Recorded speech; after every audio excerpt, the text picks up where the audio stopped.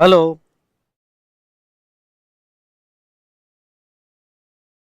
Yes बेटा, आवाज आ रही है क्लियर?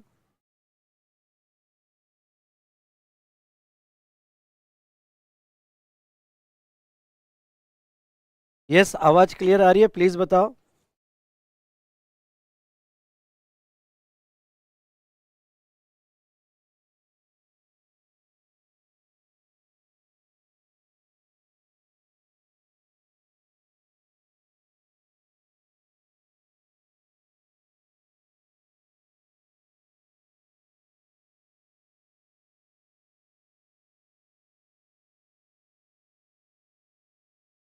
जस्ट मिनट, यहाँ एक टेक्निकल प्रॉब्लम है इस साउंड का, थोड़ा 1 मिनट बेटा।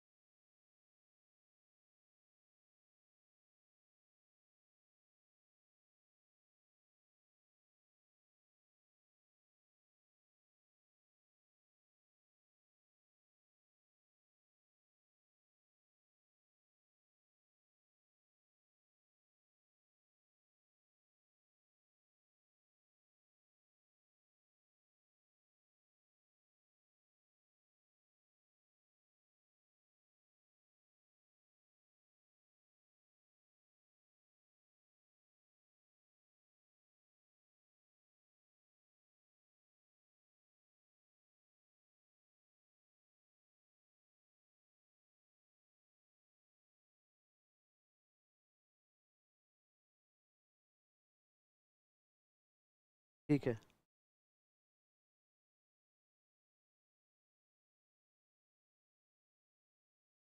हाँ।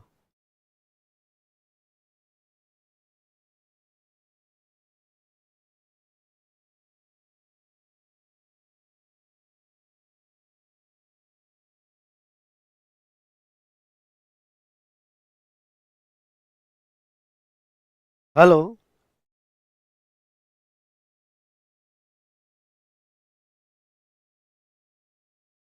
हेलो, आवाज क्लियर आ रही है बेटा?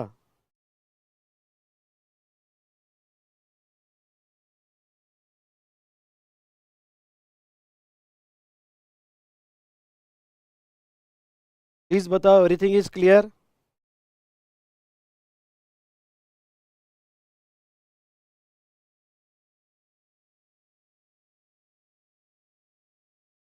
Everything is clear?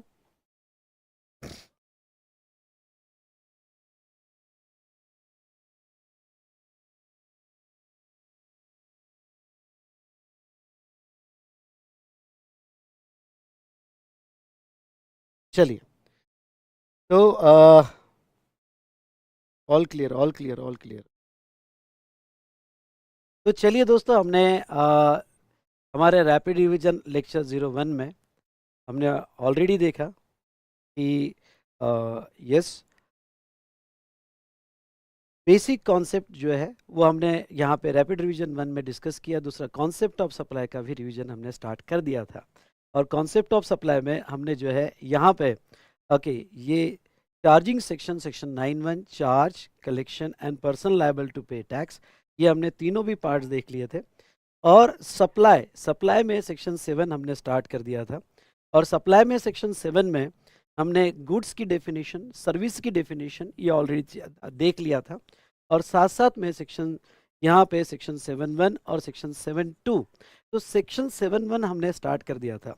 2 मिनट में आपको बता दूं कि यहाँ पे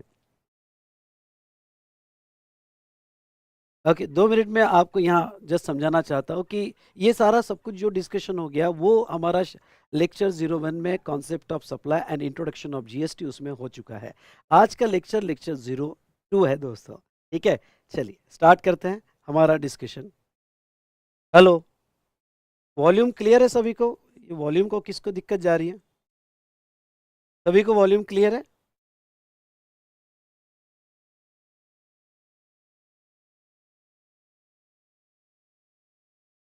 वॉल्यूम का, चलो, सभी को वॉल्यूम क्लियर है?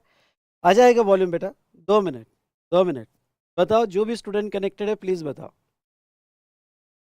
थोड़ा लो है।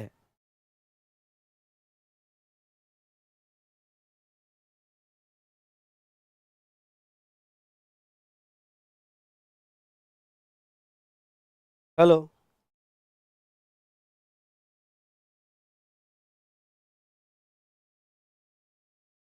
हेलो।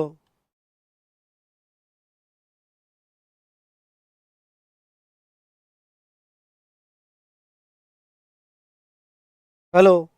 हेलो। अब थोड़ा क्लियर आएगा आपको। चलिए, तो सेक्शन 7(1) में ध्यान से सुनिएगा। सेक्शन 7(1) में हमने ये देखा कि what do you mean by supply. तो सप्लाई, ओके, क्या होता है? सप्लाई इंक्लूड्स, कुछ एक्टिविटी सप्लाई में इंक्लूड्स की गई एज पर सेक्शन 7(1), और कुछ एक्टिविटी सप्लाई में एक्सक्लूड की गई जो सप्लाई नहीं मानी जाएगी। ठीक है। तो सप्लाई इंक्लूड्स में यहाँ पे primarily with consideration and without consideration. तो प्राइमरीली अगर देखा जाए तो आपका जीएसटी तभी आएगा जब आपके एक्टिविटी में कंसिडरेशन होगा और activity in the course of business होगी। ये बेसिक क्राइटेरिया है सप्लाई होने का।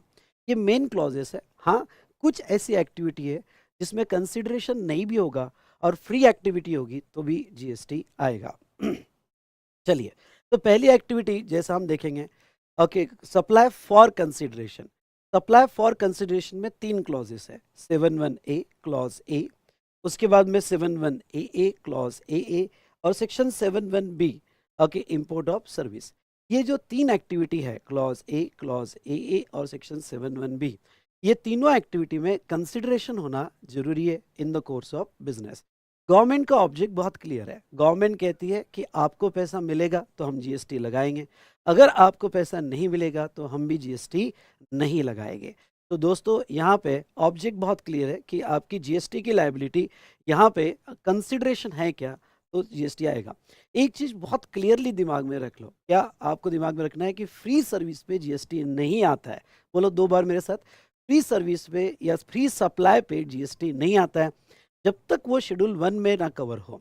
शेड्यूल 1 में 4 ही पैराग्राफ है, यानी पैरा 1, पैरा 2, उसके बाद में पैरा 3 और पैरा 4।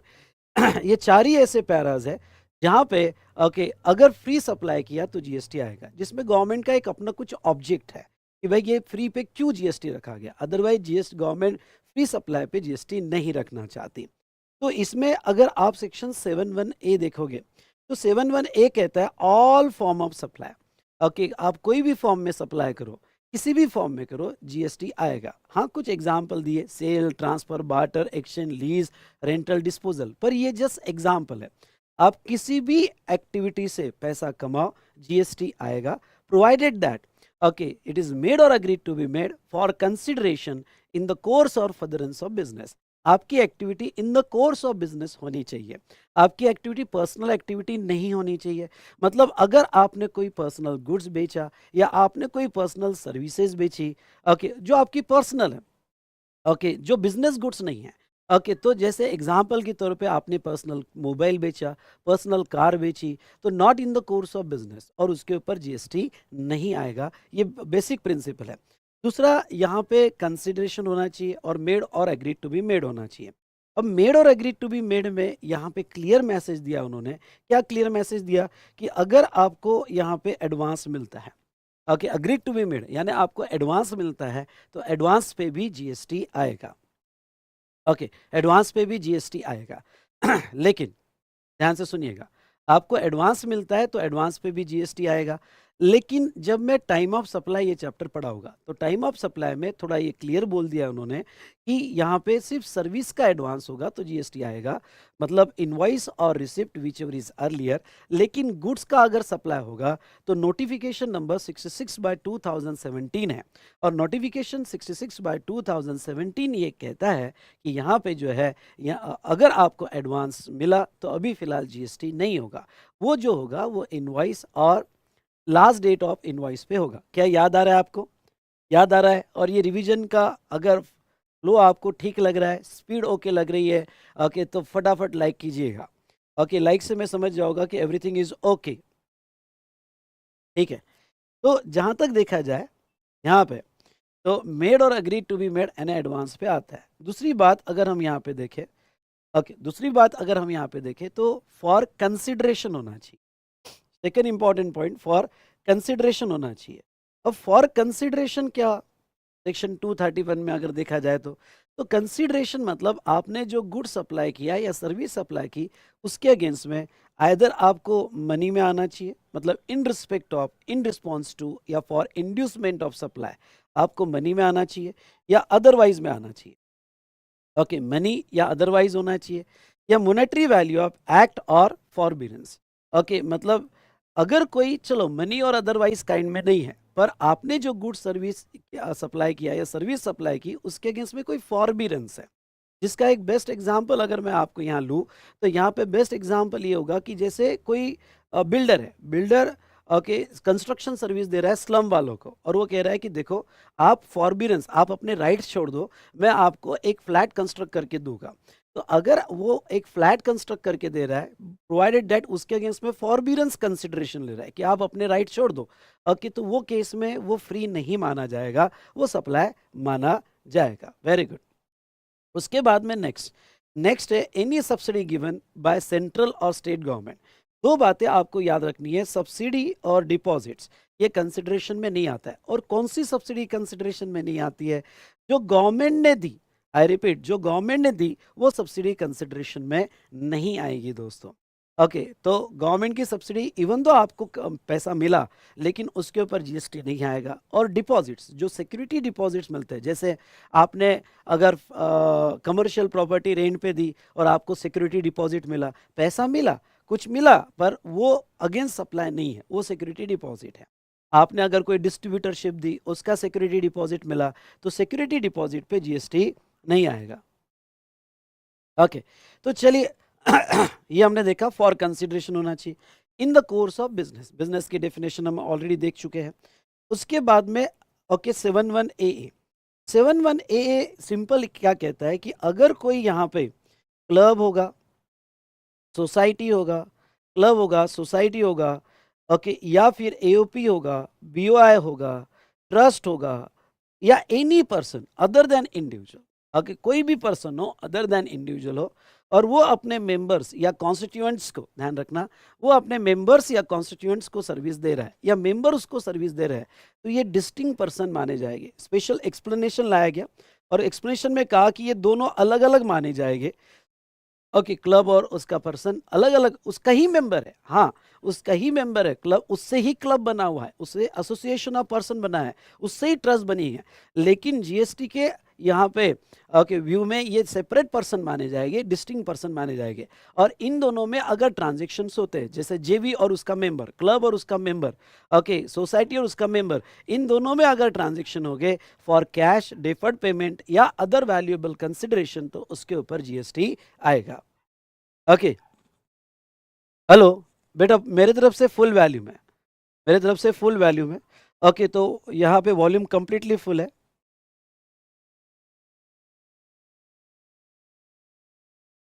तो ऐसे केस में यहाँ जो कंसिडरेशन हमने लिया और एग्रीड टू बी मेड होना चाहिए, और 71 ए में उन्होंने ये क्लियर कहा कि यहाँ पे अगर any person other than individual और उसके ही मेंबर या कॉन्स्टिट्यूट में सप्लाई होता है, जीएसटी आएगा। उसके बाद में हमने 71 बी देखा। 71 बी क्या कहता है? 71 बी कहता है इंपोर्ट ऑफ सर्विस। ओके, यहाँ पे इंटरस्टेट सप्लाई में क्या देखा जाता है? इंटरस्टेट सप्लाई में location of supply and place of supply.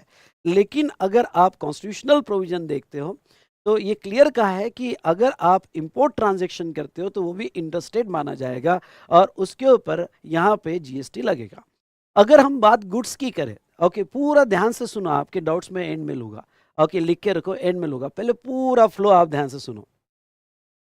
Okay, तो ऐसे सिचुएशन में जहां तक देखा जाए, अगर आपने सर्विस इंपोर्ट की, समझ लो, तो जो सर्विस आपने इंपोर्ट की और वो सर्विस इंपोर्ट करने के बाद ओके यहाँ पे क्या उसके ऊपर जीएसटी लगेगा? यस, उसे इंटरस्टेट कहा जाएगा और उसके ऊपर आईजीएसटी लगेगा।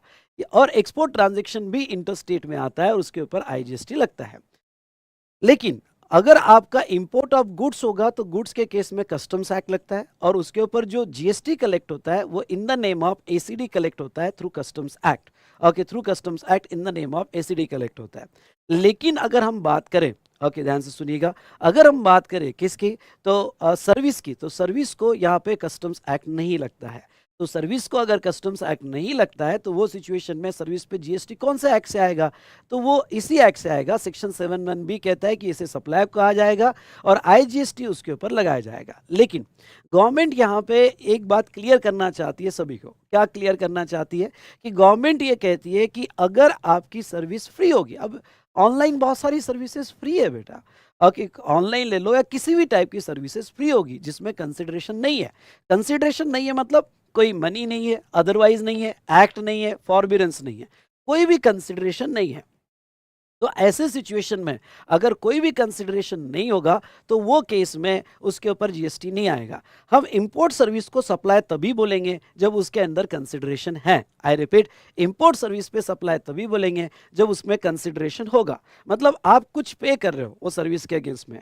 और वो हाँ, गवर्नमेंट ने एक बात और क्लियर कर दी कि अगर वो सर्विस बाहर फिरंगियों से आई और वो इंडिया में आई तो वो सिचुएशन में ओके यहाँ पे जीएसटी लगेगा, फिर लेने वाला बिजनेस के लिए हो या ना हो उसके ऊपर जीएसटी लगेगा। लेकिन एक एग्जम्पशन है आईजीएसटी एक्ट में, अगर इंपोर्ट सर्विस किसी इंडिविजुअल ने ली और अदर देन बिजनेस के लिए लिया तो उसको एग्जम्पशन मिलता है। ठीक है, एग्जम्पशन 2 मिनट के लिए बाजू में रखते हैं, हम देख रहे हैं कि सप्लाई बोला जाएगा क्या। हाँ, लेने वाला बिजनेस के लिए ले या बिजनेस के लिए ना ले उसे सप्लाई बोला जाएगा और उसके ऊपर जीएसटी आएगा, उसके ऊपर जीएसटी आएगा। चलो, तो इसमें कंसिडरेशन होना जरूरी है।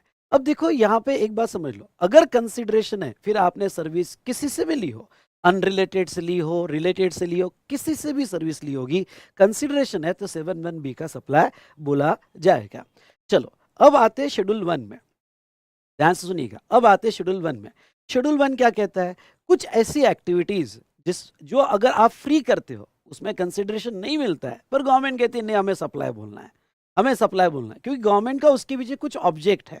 ओके, पहला एक्टिविटी, परमानेंट ट्रांसफर और disposal of business asset on which ITC has been taken. Okay, ITC has been taken on such asset. अब मैं आपको एक बात बता दूं कि यहाँ पे ओके एक बात बता दूं, चलो फटाफट, आपको यहाँ तक समझ में आया हो गया, यस और नो, फटाफट बताइए यस और नो। तो अगर आपको जो है यहाँ पे आपने असेट डिस्पोजल किया, परमानेंट ट्रांसफर और disposal of business asset on which ITC has been availed. अब गवर्नमेंट क्या कहती है कि असेट के जितने भी गुड्स हो गए, कैपिटल गुड्स होगा, स्टॉक होगा, हमने आपको क्रेडिट सबके अलाउ कर दिए, कैपिटल गुड्स के भी अलाउ किए। जब आपने कैपिटल गुड्स परचेस किया होगा तब उसका क्रेडिट लिया होगा, जब आपने ओके स्टॉक परचेस किया होगा तो उसका क्रेडिट लिया होगा। तो आपके असेट के जो गुड्स है हमने क्रेडिट क्यों अलाउ किया आपको, क्योंकि आप बिजनेस करोगे और आप बिजनेस करके जब उसको सेल करोगे तो हमें और जीएसटी दोगे, तो आपका उसके ऊपर जीएसटी आएगा, इसलिए क्रेडिट लो to avoid the cascading effect. पर भाई साहब, आपने अगर आईटीसी लेने के बाद उसको फ्री सप्लाई कर दिया, अब उसको फ्री सप्लाई कर दिए का मतलब क्या हुआ, मतलब ये हुआ कि आपने किसी को फ्री डोनेट कर दिया जबकि उसका बिजनेस गुड्स था, आईटीसी लिया हुआ था। अगर आपने किसी को यहाँ पे घर पे लेके चले गए या किसी भी वे में उसको आपने परमानेंटली ट्रांसफर कर दिया, किसी भी वे में आपने उसको परमानेंटली ट्रांसफर कर दिया या डिस्पोज कर दिया, तो वो सिचुएशन में उसके ऊपर जो है ओके हम सप्लाई मानेंगे और जीएसटी लगाएंगे। क्यों? क्योंकि आपने आईटीसी लिया हुआ है। अब एक चीज एक समझ लो, आईटीसी लिया होगा तो ही फ्री डिस्पोजल पे जीएसटी आता है। समझ लो सर, ऐसा कोई कैपिटल गुड्स है जिसका आईटीसी मैंने लिया ही नहीं। एग्जाम्पल के तौर पे motor vehicle, motor vehicle section 17(5) ITC एक चैप्टर है जिसमें मोटर व्हीकल के आईटीसी कुछ केसेस में नहीं मिलते। अगर आपकी कैपेसिटी 13 या उससे कम होगी, अगर आपको थोड़ा बहुत याद होगा, तो कुछ केसेस में मोटर व्हीकल के आईटीसी आपको नहीं मिलते हैं। तो ऐसे सिचुएशन में सवाल क्या खड़ा हो जाता है, ऐसे सिचुएशन में अगर मैंने कोई असेट खरीदी और वो असेट पर आईटीसी नहीं लिया, अब आपके सामने दो सिचुएशन आ सकती है। कौन सी दो सिचुएशन आ सकती है कि मैंने असेट बेची फॉर कंसिडरेशन। देखो, फॉर कंसिडरेशन बेचा होगा तो जीएसटी आएगा ही, फिर यहां आईटीसी का क्राइटेरिया नहीं है, वो 7(1)(a) का सप्लाई बोला जाएगा। समझ लो, कार खरीदी, आईटीसी नहीं लिया था क्योंकि ब्लॉक क्रेडिट में थे, और आपने जो है कार बेच दी तो जीएसटी आएगा। क्यों? क्योंकि 7(1)(a) कहता है कि जब भी आप कुछ कमाओगे तो जीएसटी लगेगा, फिर आपने आईटीसी लिया हो या ना लिया हो। ये स्पेशली आईटीसी का क्राइटेरिया कौन से केस में है? ये आईटीसी का क्राइटेरिया बेटा स्पेशली जो मैं आपको पढ़ा रहा हूं, ये आईटीसी का क्राइटेरिया जो है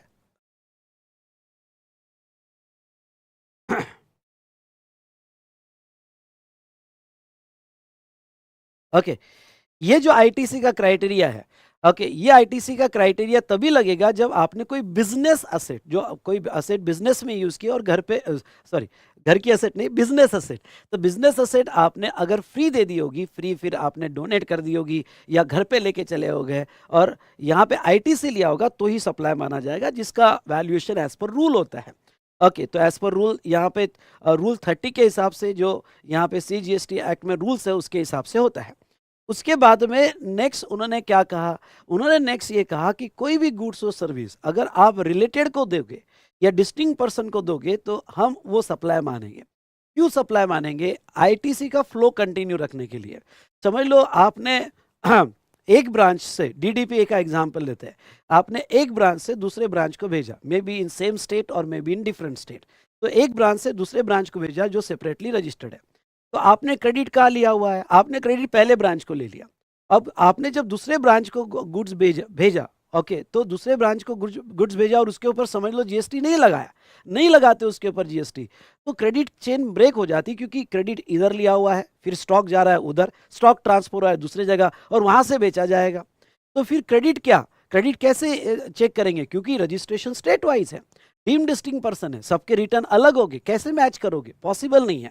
तो आपकी क्रेडिट चेन ब्रेक हो जाती है अगर आप स्टॉक ट्रांसफर पे जीएसटी नहीं लगाओगे। इसलिए यहाँ पे क्लियरली उन्होंने कहा और ये कहा कि अगर रिलेटेड पर्सन या डिस्टिंक्ट पर्सन होगा, रिलेटेड को भी जा रहा है और डिस्टिंक्ट को भी जा रहा है, कोई गुड्स जा रही है, सर्विस जा रही है, विदाउट कंसिडरेशन फ्री जा रही है, जैसे हम स्टॉक ट्रांसफर की बात करें या सर्विस की बात करें, तो उसके ऊपर वो सप्लाई बोला जाएगा डिस्टिंक्ट पर्सन में और उसके ऊपर जीएसटी आएगा। नाउ अब रिलेटेड पर्सन में डेफिनेशन बड़ी है, इसमें दो ही चीजें याद रखो रिलेटेड पर्सन में, एक ओके ये एम्प्लॉयर और एम्प्लॉय वाला, एक ये एम्प्लॉयर और एम्प्लॉय वाला, और दूसरा फैमिली, फैमिली की डेफिनेशन याद रखना। ओके, अगर फैमिली मतलब स्पाउस और चिल्ड्रन, ऑलवेज ओके आपकी फैमिली मानी जाएगी, रिलेटेड माने जाएंगे, और parents, grand parents, brother, sister, ये रिलेटेड तभी माने जाएंगे, सुनना, ये रिलेटेड तभी माने जाएंगे जब वो आपको फाइनेंशियली डिपेंडेंट हो, आप पे फाइनेंशियली डिपेंडेंट हो। तो ऐसे सिचुएशन में बेटा यहाँ पे एम्प्लॉयर और एम्प्लॉय, अब ये एम्प्लॉयर एम्प्लॉय रिलेटेड के डेफिनेशन में लेने की वजह से क्या गड़बड़ होगी? एम्प्लॉयर और एम्प्लॉय रिलेटेड के डेफिनेशन में लेने की वजह से क्या गड़बड़ हो गई? ये गड़बड़ ये हो गई कि अगर कोई एम्प्लॉयर ने कभी खुश हो जाता है तो गिफ्ट दे देता है, इंसेंटिव दे देता है, तो जब वो खुश हो जाता है तो वो कोई गिफ्ट या इंसेंटिव दे देता है, सुनने का, गिफ्ट या इंसेंटिव दे देता है, तो उसके ऊपर जीएसटी आ जाएगा, स्पेशली गुड्स के फॉर्म में या सर्विस के फॉर्म में। बहुत सी बार हम हमारे एम्प्लॉय को रहने के लिए फ्लैट दे देते हैं, रहने के लिए, या परक्विजिट्स दे देते हैं, या जो भी हम दे देते हैं। तो ऐसे सिचुएशन में उसके ऊपर यहाँ पे ओके रिलेटेड होने की वजह से फ्री दिया तो जीएसटी आ जाएगा। लेकिन गवर्नमेंट ने एक बेनिफिट दिया, और वो बेनिफिट क्या दिया? अगर आपने गिफ्ट दिया और जिसकी वैल्यू 50,000, सुनिएगा, जिसकी वैल्यू 50,000 या उसके ऊपर होगी, ध्यान से सुनो, 50,000 या उसके ऊपर होगी तो sorry sorry up to 5,000, up to 50,000 होगी तो जीएसटी नहीं आएगा। ओके, हाँ, 50,000 के ऊपर होगी तो फिर आपके ऊपर टोटल वैल्यू पे जीएसटी आएगा। मतलब आपकी अगर गिफ्ट वैल्यू 70,000 होगी तो टोटल वैल्यू पे जीएसटी आएगा। और ये 50,000 की limit per year, per employee, I repeat, per year, per employee applicable होगी। अरे समझा नहीं समझा? समझा होगा तो फटाफट लाइक करो, क्या देख रहे हो? ओके, लाइक करो। चलो, उसके बाद में सप्लाई ऑफ गुड्स की अगर हम बात करें, तो सप्लाई ऑफ गुड्स यहाँ पे बिटवीन प्रिंसिपल टू एजेंट और दूसरा एजेंट टू प्रिंसिपल, यानी प्रिंसिपल जब स्टॉक ट्रांसफर करता है एजेंट को, या एजेंट स्टॉक ट्रांसफर करता है प्रिंसिपल को, तो आगे इनवॉइस किसके नाम का बन रहा है, बड़ा इंपॉर्टेंट है। अगर यहाँ पे जैसे एग्जाम्पल के तौर पे, यानी हाँ, एग्जाम्पल के तौर पे ओके, अगर आपका इनवॉइस, सुनिए, अगर आगे आगे आपका एजेंट हो, समझ लो एजेंट ले लो, और आपका एजेंट आगे इनवॉइस प्रिंसिपल के नाम का बना रहा है, खुद का इनवॉइस नहीं बना रहा है, प्रिंसिपल के नाम का इनवॉइस बना रहा है, तो ऐसे सिचुएशन में ये जो principal to agent stock transfer हुआ, गुड्स दिया गया, ये पैरा 3 का नहीं माना जाएगा। क्यों? क्योंकि अगर इनवॉइस प्रिंसिपल का ही है तो उसका जीएसटी प्रिंसिपल ही देने वाला है। तो ये जो गुड सप्लाई हुआ, यहाँ पैरा 3 अप्लीकेबल नहीं होगा। तो फिर सवाल ये है कि पैरा 3 कहाँ अप्लीकेबल होगा? पैरा 3 तब अप्लीकेबल होगा जब एजेंट खुद का इनवॉइस दे रहा, एजेंट इशूइंग ऑन इनवॉइस। तो फिर ऐसे केस में तो अगर उसका खुद का इनवॉइस है तो उसका जीएसटी तो वो देगा। तो फिर यहाँ पे पैरा 3 अप्लीकेबल हो जाता है, और पैरा 3 के हिसाब से प्रिंसिपल ने एजेंट को जो स्टॉक ट्रांसफर किया उसके ऊपर जीएसटी आ जाता है। आई होप आपको ये पॉइंट समझा होगा। तो ऐसे सिचुएशन में प्रिंसिपल टू एजेंट वाला यहाँ पे कवर किया है। डिपेंड्स है कि इनवॉइस कौन इशू कर रहा है। सेम फॉर बाइंग एजेंट, एक पहला सेलिंग एजेंट के लिए है और दूसरा बाइंग एजेंट के लिए है। बाइंग एजेंट कोई भी हो, सेलिंग हो या बाइंग एजेंट हो, ये बस एक ही क्राइटेरिया दिमाग में रखना कि इनवॉइस किसके नाम का है। कमान इनवॉइस किसके नाम का है, ये क्राइटेरिया आपने दिमाग में रखना है। तो ऐसे सिचुएशन में यहाँ पे अगर इनवॉइस, सुनिए, अगर इनवॉइस यहाँ पे एजेंट के नाम का है तो फिर इन दोनों में जो स्टॉक ट्रांसफर होगा जीएसटी आएगा। इनवॉइस प्रिंसिपल के नाम का होगा डायरेक्टली तो फिर स्टॉक ट्रांसफर पे जीएसटी नहीं आएगा। 2 लाइन में ये प्रोविजन खत्म करना, बस प्रिंसिपली, ठीक है। उसके बाद में इंपोर्ट ऑफ सर्विस। अब देखो इंपोर्ट ऑफ सर्विस हम सेक्शन 7(1)(b) में भी देख रहे हैं, सेक्शन 7(1)(b) में भी देख रहे हैं, और इंपोर्ट ऑफ सर्विस जो है हम यहाँ पे भी देख रहे हैं। Import of service without consideration यहाँ पे भी देख रहे हैं। तो दोस्तों अब दोनों में क्या डिफरेंस है मैं बताता हूँ। पैरा 4 ऑफ शेड्यूल 1, बोलो मेरे साथ एक बार फिर से, बोलो पैरा 4 ऑफ शेड्यूल 1। तो पैरा 4 ऑफ शेड्यूल 1 क्या कहता है कि अगर आपने सर्विस इंपोर्ट की विदाउट कंसिडरेशन यानी फ्री इंपोर्ट की, और अगर वो रिलेटेड से इंपोर्ट किया जो आउटसाइड इंडिया है, रिलेटेड से इंपोर्ट किया जो आउटसाइड इंडिया है, या अदर एस्टेब्लिशमेंट आउटसाइड इंडिया है इन द कोर्स और फर्दरेंस ऑफ बिजनेस, तो उसके ऊपर जीएसटी आएगा, उसके ऊपर जीएसटी आएगा। तो दोनों में हम कैसे कनेक्ट करें, हार्मोनी कैसे लाए, तो देखो कैसे बढ़ना। पॉइंट नंबर 1, बोलो मेरे साथ, point number 1, import of service for consideration whether or not for business, whether or not for business, क्या जीएसटी आएगा? यस, कंसीडरेशन है तो जीएसटी आएगा, फिर बिजनेस के लिए ली गई हो या नहीं ली गई हो। और इंपोर्ट ऑफ सर्विस पे रिवर्स चार्ज लगता है। I repeat, import of service पे रिवर्स चार्ज लगता है। डन। उसके बाद में नेक्स्ट, ध्यान से सुनो, उसके बाद में नेक्स्ट क्या है? अगर आपकी फ्री इंपोर्ट सर्विस है, मतलब कंसीडरेशन नहीं है, फ्री इंपोर्ट सर्विस है तो जीएसटी नहीं आएगा। जोर से बोलो, जोर से बोलो, फ्री इंपोर्ट सर्विस है तो जीएसटी नहीं आएगा।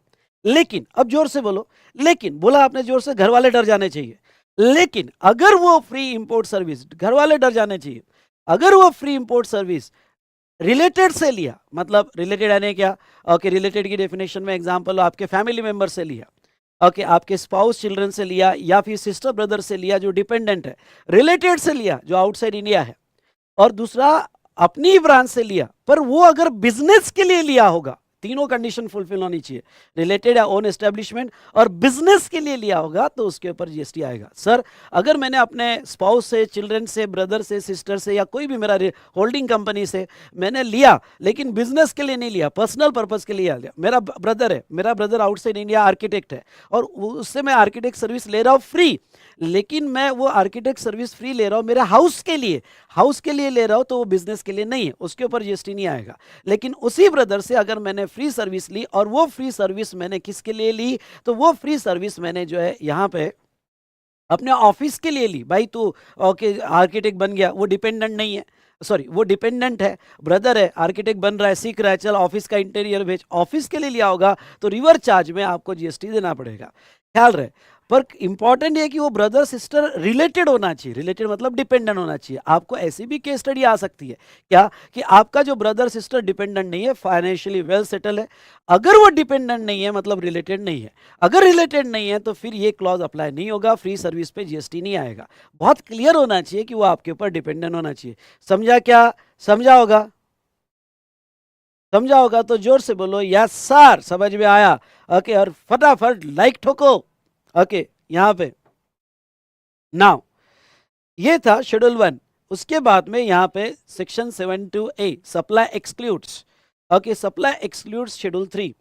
शेड्यूल 3 क्या कहता है? हाँ, अब कुछ एक्टिविटी जो है सेक्शन 7(1)(a) में, आई रिपीट सेक्शन 7(1)(a) में, सॉरी 7(1) नहीं 7(2)(a) में, तो हम 7(2)(a) देख रहे हैं। 7 to A में शेड्यूल 3 दिया है, कुछ एक्टिविटी पे गवर्नमेंट जीएसटी नहीं लाना चाहती है। ओके, कौन से एक्टिविटी पे गवर्नमेंट जीएसटी नहीं लाना चाहती है? तो एक है service by employee, service by employee to employer in the course of और in relation to his employment. Okay, ध्यान से सुनिएगा। Okay, service by employee to employer in the course of और in relation to his employment. चलो ये वाला part थोड़ा समझ लो।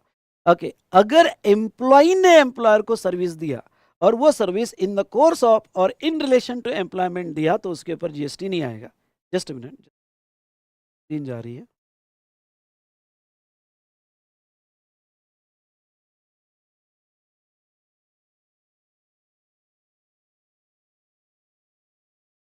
ये थोड़े बड़े चार्ट है ना, तो हमारा यहाँ पे लैपटॉप भी जो है वो सोचने लग जाता है इतना बड़ा चार्ट कैसे दिखा हुआ। ठीक है, लेक्चर 1 कहाँ है? लेक्चर 1 वी स्मार्ट के एकेडमी के चैनल पे है, या आप रैपिड रिवीजन 4.0 सर्च करो, उसके प्लेलिस्ट में लेक्चर 1 दिया हुआ है। डिस्क्रिप्शन में प्लेलिस्ट भी दी हुई है, उसको क्लिक करो, लेक्चर 1 मिल जाएगा आपको। चलो,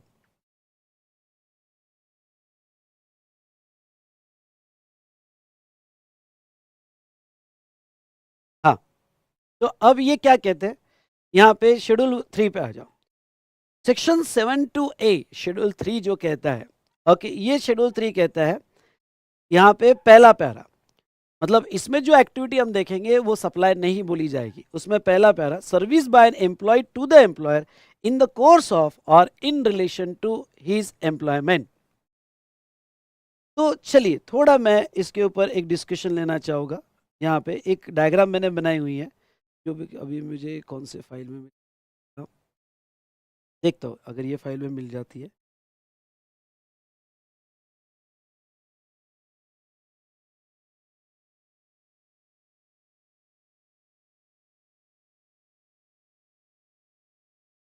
जस्ट अ मिनट।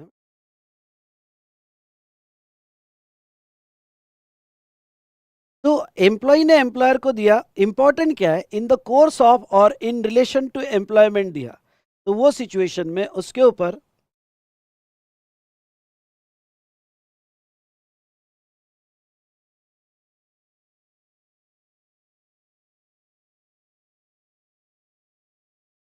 हाँ,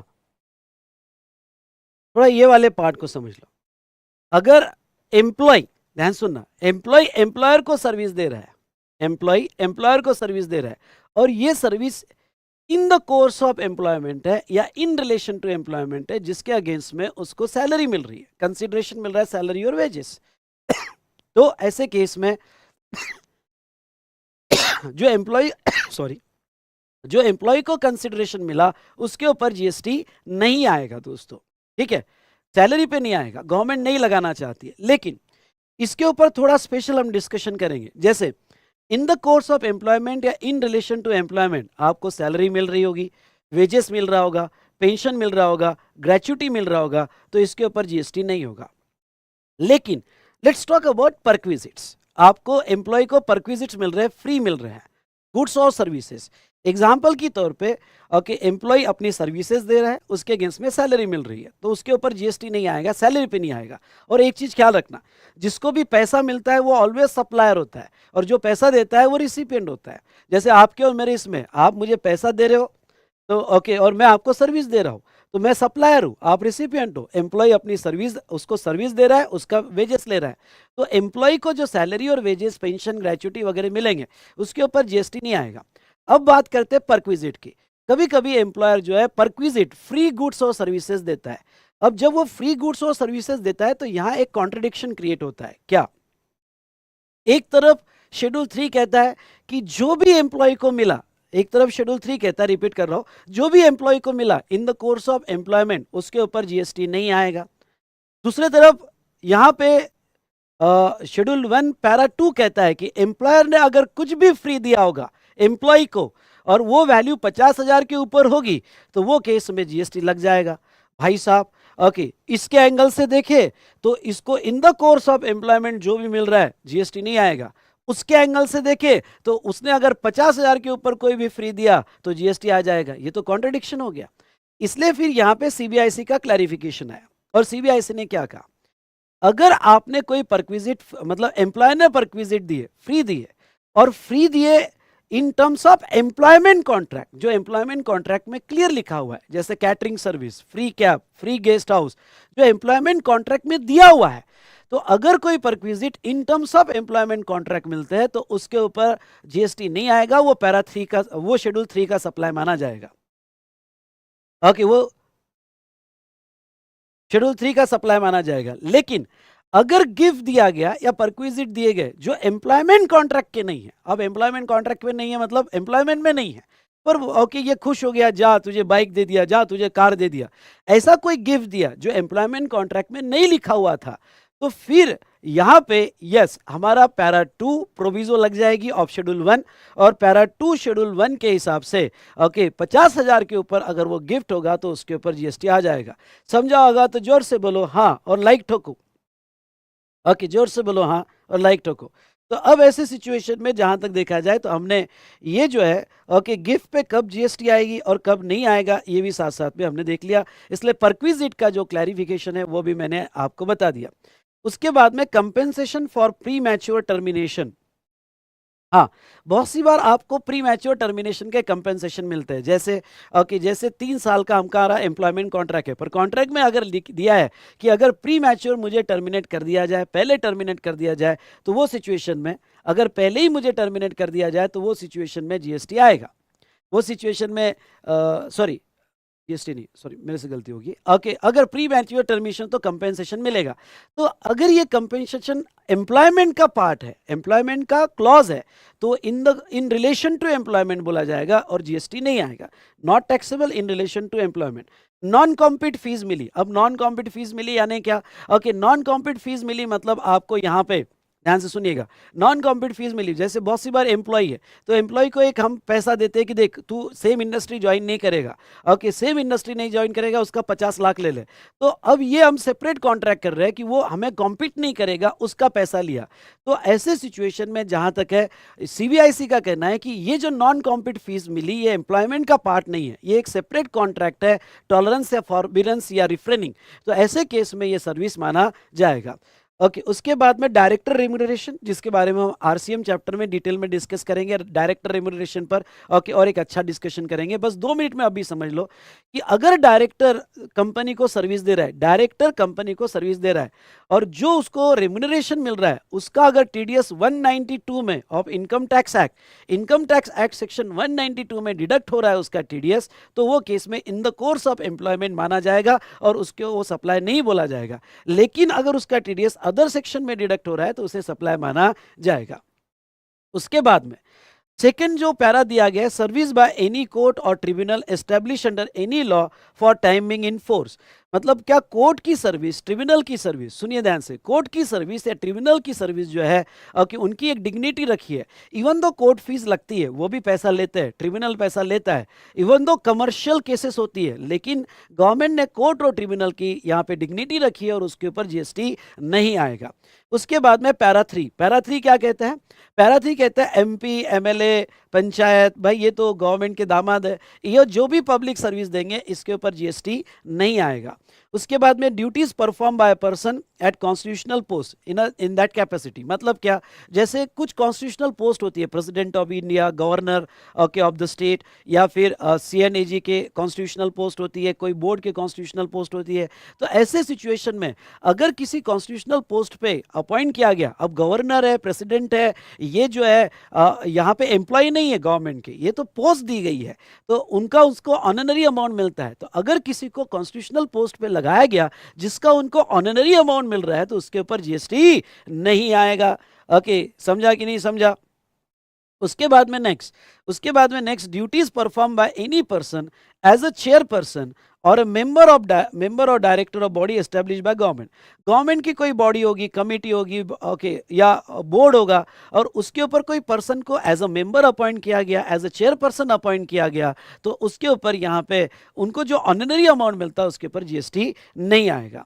उसके बाद में services of funeral, burial, crematorium, mortuary including transportation. Government कहती है कि जाते जाते जीएसटी मत लगा। मतलब फ्यूनरल करते वक्त बहुत सारी सर्विसेज होती है, जैसा जगह दी जाती है, शमशान में शेड दिया जाता है, उसके चार्जेस लगते हैं, लकड़ियाँ दी जाती है, उसके चार्जेस लगते हैं। तो जो आपको शमशान में स्पेस दी गई, ओके, उसके बाद में जगह दी गई जलाने के लिए या मॉर्चुरी गाड़ने के लिए, वॉट एवर इट में भी जगह दी गई, तो ऐसे केस में जो भी पर्सन जो होगा, ओके, अगर funeral burial crematorium mortuary services जो है उसको दिया जा रहा है, तो वो सर्विस के इवन दो चार्जेस हो गए पर जीएसटी नहीं आएगा, क्योंकि पब्लिक सेंटिमेंट को अफेक्ट होगा।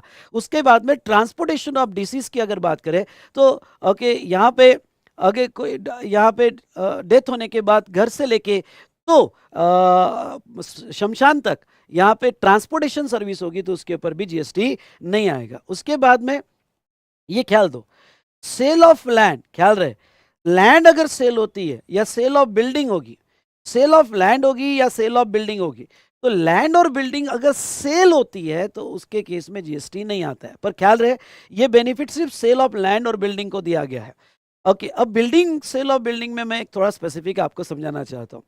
अगर आगे मैं पैरा 5 ऑफ शेड्यूल 2 समझा होगा, अगर कंप्लीशन सर्टिफिकेट के पहले, आपने पढ़ा होगा और याद होगा, कंप्लीशन सर्टिफिकेट के पहले अगर एडवांस बुकिंग की गई तो उसके ऊपर जीएसटी आ जाता है।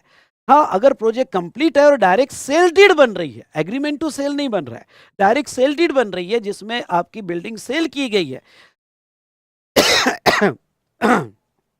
ओके, आपकी सेल डीड बन रही है जिसमें बिल्डिंग सेल की गई है, तो वो सिचुएशन में जहां तक देखा जाए तो उसके ऊपर जीएसटी आ जाता है। सॉरी, उसके ऊपर जीएसटी नहीं आएगा, एडवांस बुकिंग पे जीएसटी आएगा, पर building of sale, sale deed बन रही है, जीएसटी नहीं आएगा। इसलिए ओके, मैंने 3 पैरामीटर यहां बनाए। Sale of land and building not treated as supply, okay, supply नहीं बोला जाएगा। लेकिन यहाँ पे renting, leasing, licensing of land and building, हाँ, पर लैंड एंड बिल्डिंग के अगर रेंटिंग कॉन्ट्रैक्ट हो गए, लाइसेंसिंग कॉन्ट्रैक्ट हो गए, तो उसके ऊपर जीएसटी आ जाएगा। ओके, वो सर्विस बोली जाएगी। और sale of building before completion certificate और फर्स्ट ऑक्यूपेंसी, तो वो भी सप्लाई बोला जाएगा। अब इसमें क्लैरिफिकेशन जो आप अच्छे से पढ़ के जाना, भाई कौन सा क्लैरिफिकेशन है यहाँ पे। ओके, सेल ऑफ लैंड इधर आफ्टर एज इट इज और आफ्टर डेवलपमेंट। बहुत सी बार क्या होता है कि आप एग्रीकल्चर लैंड खरीदते हो, प्लॉटिंग करते हो, प्लॉटिंग में आप लेवलिंग, ओके, या drainage line, electricity line develop करके बेचते हो, प्लॉट बेचते हो। तो अगर आपने डेवलप करके भी बेचा तो भी वो सेल ऑफ लैंड ही माना जाएगा, और जो डेवलप करके बेचा उसके ऊपर जीएसटी नहीं आएगा। ये बात ध्यान रखना, क्योंकि इवन दो आपने डेवलप करके बेचा होगा पर अल्टीमेटली सेल ऑफ लैंड ही है, तो उसके ऊपर जीएसटी नहीं आएगा। इसके बाद में हम देखेंगे पैरा 6। ये पैरा 6 क्या कहता है, देखो यहाँ पे, ये पैरा 6 यहाँ पे actionable claim other than specified actionable claims. हाँ, ये एक अमेंडमेंट हुई, और अमेंडमेंट में उन्होंने क्या कहा, अमेंडमेंट में ने ये कहा कि स्पेसिफाइड एक्शनेबल क्लेम होगा, I repeat, specified actionable claim होगा तो वो जीएसटी में आएगा। तो अमेंडमेंट क्या हुई, पहले सिर्फ यहाँ पे लॉटरी बेटिंग गैम्बलिंग थी, तो लॉटरी बेटिंग गैम्बलिंग को हटा दिया गया और वहां पे एक वर्ड लाया गया, और वो वर्ड लाया गया स्पेसिफाइड एक्शनेबल क्लेम। ओके, तो अब मैं पॉइंट नंबर 1 आपको समझाऊंगा। एक्शनेबल क्लेम जहां तक देखा जाए तो एक्शनेबल क्लेम गुड्स के डेफिनेशन में आता है, इसलिए एक्शनेबल क्लेम को गुड्स माना जाता है। लेकिन सारे एक्शनेबल क्लेम पे जीएसटी नहीं आएगा। अभी उन्होंने कहा कि हम कुछ एक्शनेबल क्लेम स्पेसिफाई करेंगे, और वो स्पेसिफाइड एक्शनेबल क्लेम पे ही जीएसटी आएगा।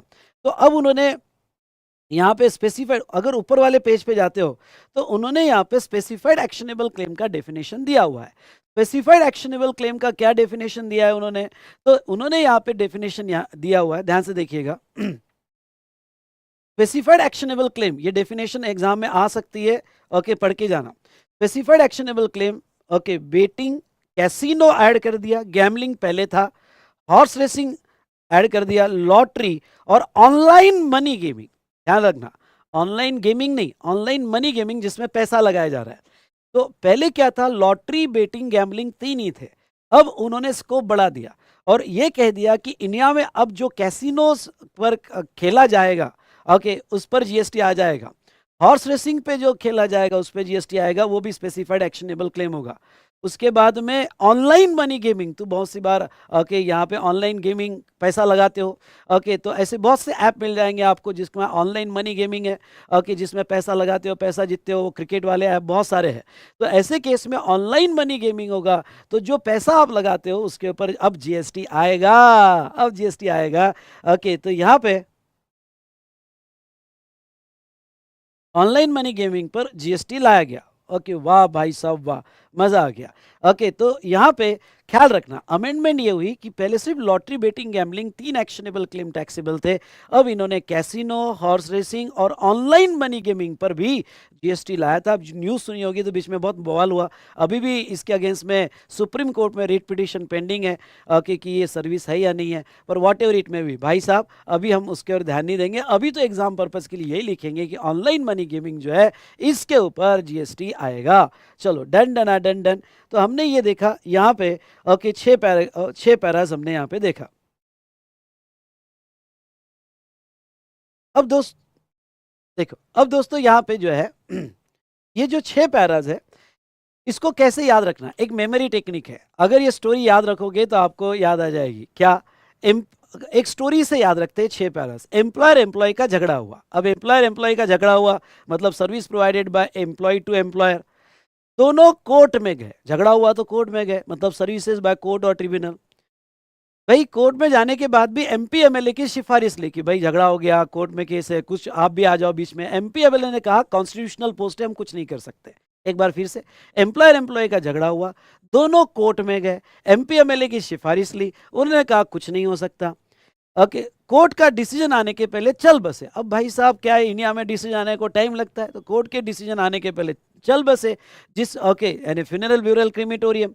पता चला झगड़ा लैंड एंड बिल्डिंग का था, झगड़ा लैंड एंड बिल्डिंग का था, और वो लैंड एंड बिल्डिंग का जो झगड़ा था वो यहाँ पे ओके क्या लैंड एंड बिल्डिंग का झगड़ा था। और क्या ओके ये जो लैंड एंड बिल्डिंग है, ओके ये land and building lottery betting gambling में जीती गई थी, दोनों ने खेला था, लॉट गैमलिंग किया था, जीती गई थी। तो ऐसा कुछ स्टोरी लाइन बना, और स्टोरी लाइन अच्छी लगी होगी तो लाइक ठोको। ओके तो यहाँ पे ओके एक बार फिर से एम्प्लॉयर एम्प्लॉय का झगड़ा हुआ, दोनों कोर्ट में गए, एमपी एमएलए की सिफारिश ली, उन्होंने कहा ये कॉन्स्टिट्यूशनल पोस्ट हम कुछ नहीं कर सकते। ओके डिसीजन आने के पहले चल बसे, पता चला झगड़ा लैंड एंड बिल्डिंग का था जो लॉटरी बेटिंग गैमलिंग में जीती गई थी। ठीक है चलिए, तो ये जो था ये हमने यहाँ पे डिस्कशन देखा।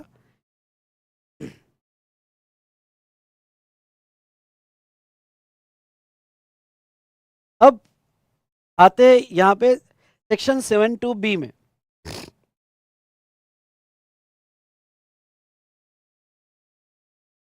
अब आते हैं सेक्शन 7(2)(b) में।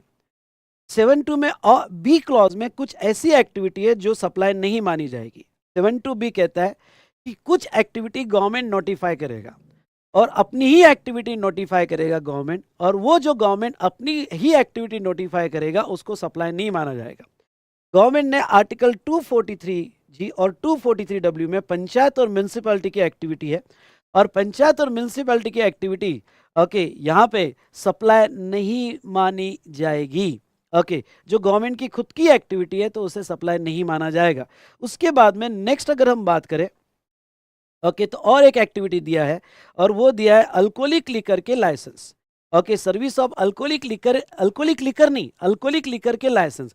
जैसे स्टेट गवर्नमेंट से ये अल्कोहलिक लिकर के लाइसेंस लेने पड़ते हैं जिसकी लाइसेंस फीस स्टेट गवर्नमेंट को देनी पड़ती है, तो स्टेट गवर्नमेंट जो अल्कोहलिक लिकर के लाइसेंस देगी उसके ऊपर जीएसटी नहीं आएगा। पर ख्याल रहे ओके ये बेनिफिट सिर्फ अल्कोहलिक लिकर के लाइसेंस को ही है, अदर लाइसेंस को नहीं है। अदर लाइसेंस मतलब समझ लो माइनिंग के लाइसेंस है, नेचुरल रिसोर्सेज के लाइसेंस है, स्पेक्ट्रम लाइसेंस है, उनको बेनिफिट नहीं है। सिर्फ अल्कोहलिक लिकर के लाइसेंस फीस जो स्टेट गवर्नमेंट लेगी उसके ऊपर जीएसटी नहीं लगेगा। तो इस तरह से हमने देखा कि कुछ एक्टिविटी सप्लाई नहीं माना जाएगा। ये समझ में आया? चलो तो इस तरह से हमने यहाँ पे शेड्यूल 3 देखा, इस तरह से हमने यहाँ पे शेड्यूल 3 को कंप्लीट किया। तो ये पूरा अब सप्लाई सामने आ गया। कब सप्लाई बोला जाएगा? 7(1)(a), 7(1)(aa), 7(1)(b) और 7(1)(c) मतलब शेड्यूल 1, इसमें आता होगा तो सप्लाई, नहीं तो सप्लाई नहीं। और से कुछ एक्टिविटी सप्लाई के बाहर रहेगी, जो हमने यहाँ पे देख लिया। तो ये चार्ट इतना सुपर्ब है कि ये चार्ट में आपका बहुत अच्छे से कवर हो जाएगा, रियली बहुत अच्छे से कवर हो जाएगा। Done done done done, yes sir, समझ में आ जाएगा। यानी इतना ज़बरदस्त फ्लो लगेगा कि आप थोड़ा एक बार ट्राई करना, इतना ज़बरदस्त फ्लो लगेगा कि 30-40 पेजेस एक चार्ट में ख़त्म हो गए। चलो भाई साहब, अब आगे बढ़ते हैं यहाँ पे। अब देखते हैं शेड्यूल 2। शेड्यूल 2 का जन्म होता है सेक्शन 71A से, 71 कैपिटल ए से।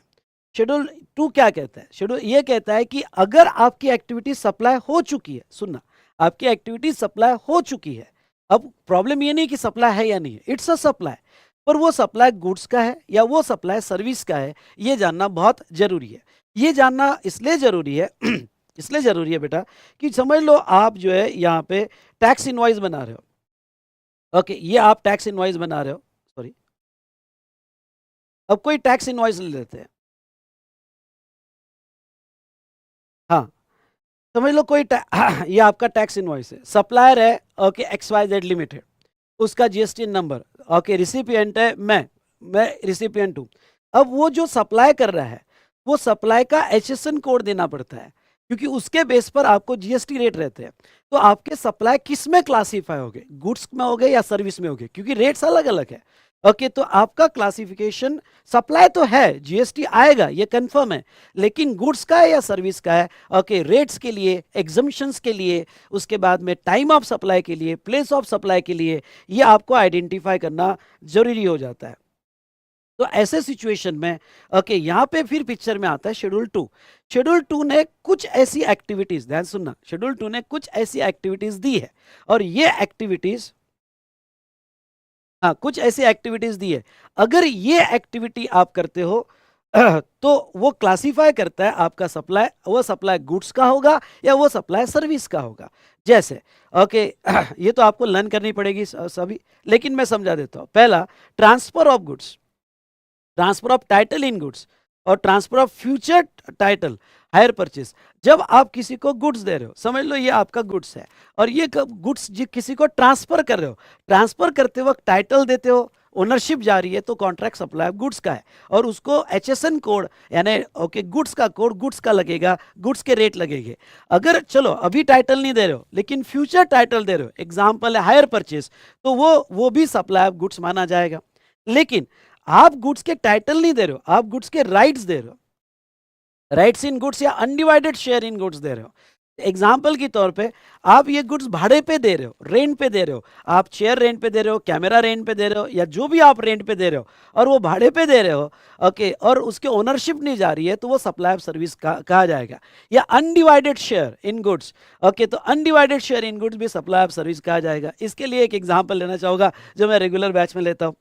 देखो बेटा ओके, अनडिवाइडेड शेयर का एक एग्जांपल मैंने लिया था कि मैं हॉस्टल में रहता था, और हमने तीनों जन मिलके एक हॉट वाटर कॉइल जो पानी गर्म करता है वो हमने लाया था, और कि तीनों पार्टनर थे हम रूम में, और तीनों ने मिलके लाया था। 150 रुपीज़ कॉन्ट्रीब्यूट किया था, और 450 रुपये का हमने लाया था उसमें का। अब वो जो हॉट वाटर कॉइल हमने लाया था, उसमें 3 लोगों का शेयर था।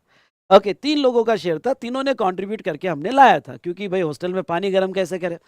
अब उसमें का एक पार्टनर जा रहा है, एक पार्टनर जा रहा है, तो वो उसने कहा कि मैं ये कॉइल लेके जाता हूँ। मैंने कहा हाथ तो लगा, क्योंकि उसमें सिर्फ तेरा शेयर नहीं है, हमारा भी शेयर है, अनडिवाइडेड शेयर है, अब उसको तोड़ तो नहीं सकते, अनडिवाइडेड शेयर है, तो हाथ तो लगा, झगड़ा हो गया। फिर मैंने उसको समझाया कि एक काम कर, जब नया पार्टनर आएगा तो नए पार्टनर से हम 100 रुपीज़ या 150 रुपीज़ ले लेंगे और तेरे को ट्रांसफर कर देंगे, तो अपना अनडिवाइडेड शेयर गुड्स का ट्रांसफर कर देना। तो नया पार्टनर आया, उससे हमने 100 रुपीज़ लिए और इसको दिए, तो इसको जो 100 रुपीज़ मिले for transferring the undivided share, क्या ये सेल ऑफ गुड्स बोला जाएगा? नहीं, ये सप्लाई ऑफ सर्विस बोली जाएगी, और उसके ऊपर जीएसटी आएगा। समझा कि नहीं समझा?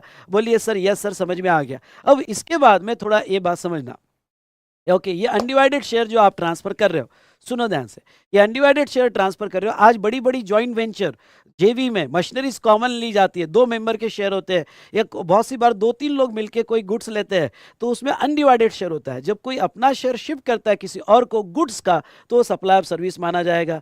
ओके, अरे याद आया कि नहीं आया? याद आया? ओके, तो चलिए, ये था यहाँ पे पैरा 1। तो कब कॉन्ट्रैक्ट गुड्स के कहना, कब कॉन्ट्रैक्ट सर्विस के कहना। Second, land and building.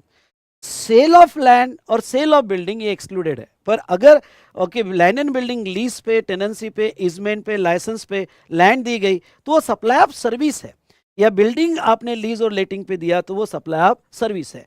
तो ये पैरा 2 कहता है कि लैंड एंड बिल्डिंग के यहाँ पे सेल के कॉन्ट्रैक्ट छोड़ के लीज, टेनेंसी, इजमेंट, लाइसेंस वगैरह होगा तो वो सप्लाई ऑफ सर्विस मानी जाएगी। उसके बाद में तीसरा ट्रीटमेंट और प्रोसेस,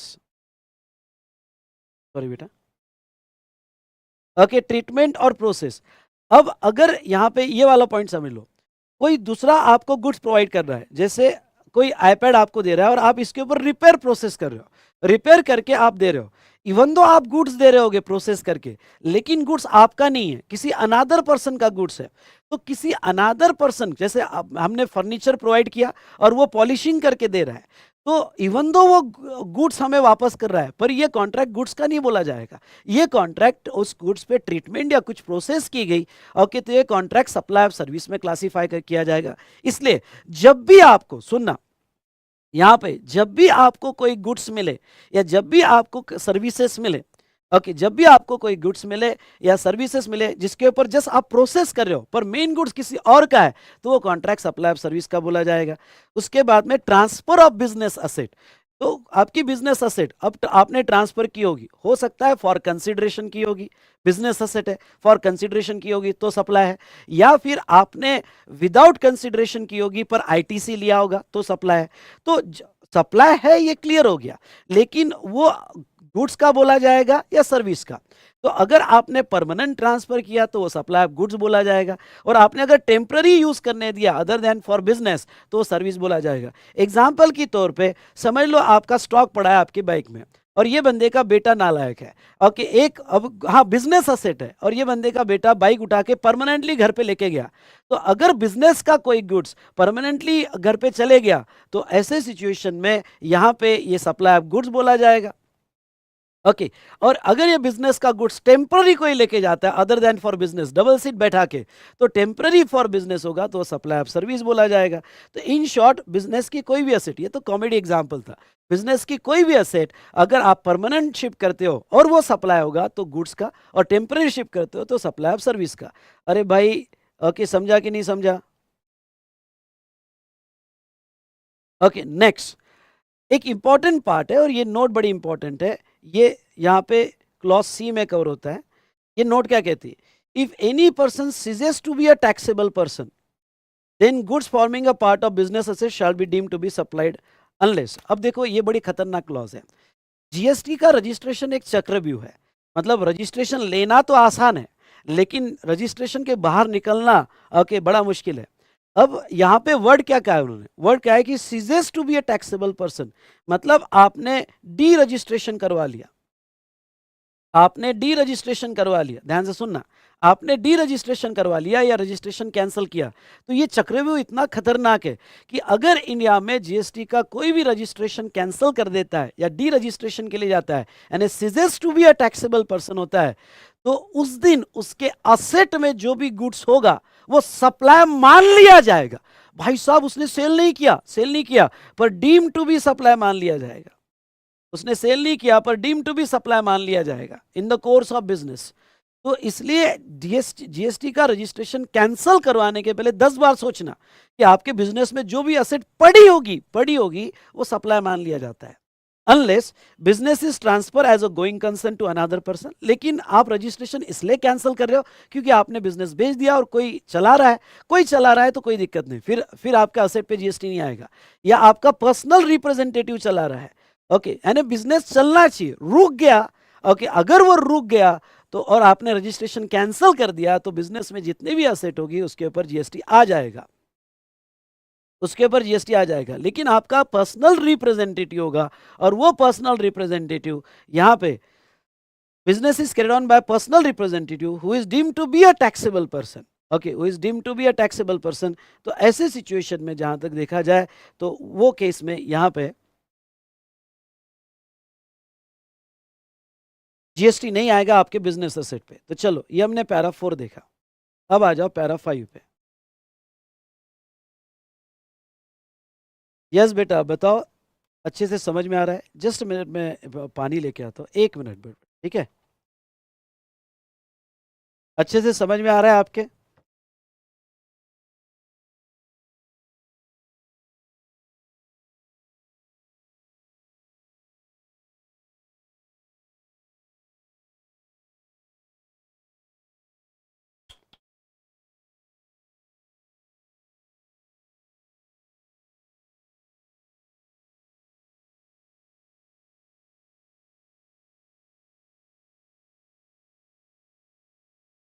चलो, अब आते हैं पैरा 5। पैरा 5 में वो क्या कहते हैं, रेंटिंग ऑफ इमूवेबल प्रॉपर्टी। अब कुछ ऐसे कॉन्ट्रैक्ट जो ऑलवेज सप्लाई ऑफ सर्विस बोले जाएंगे।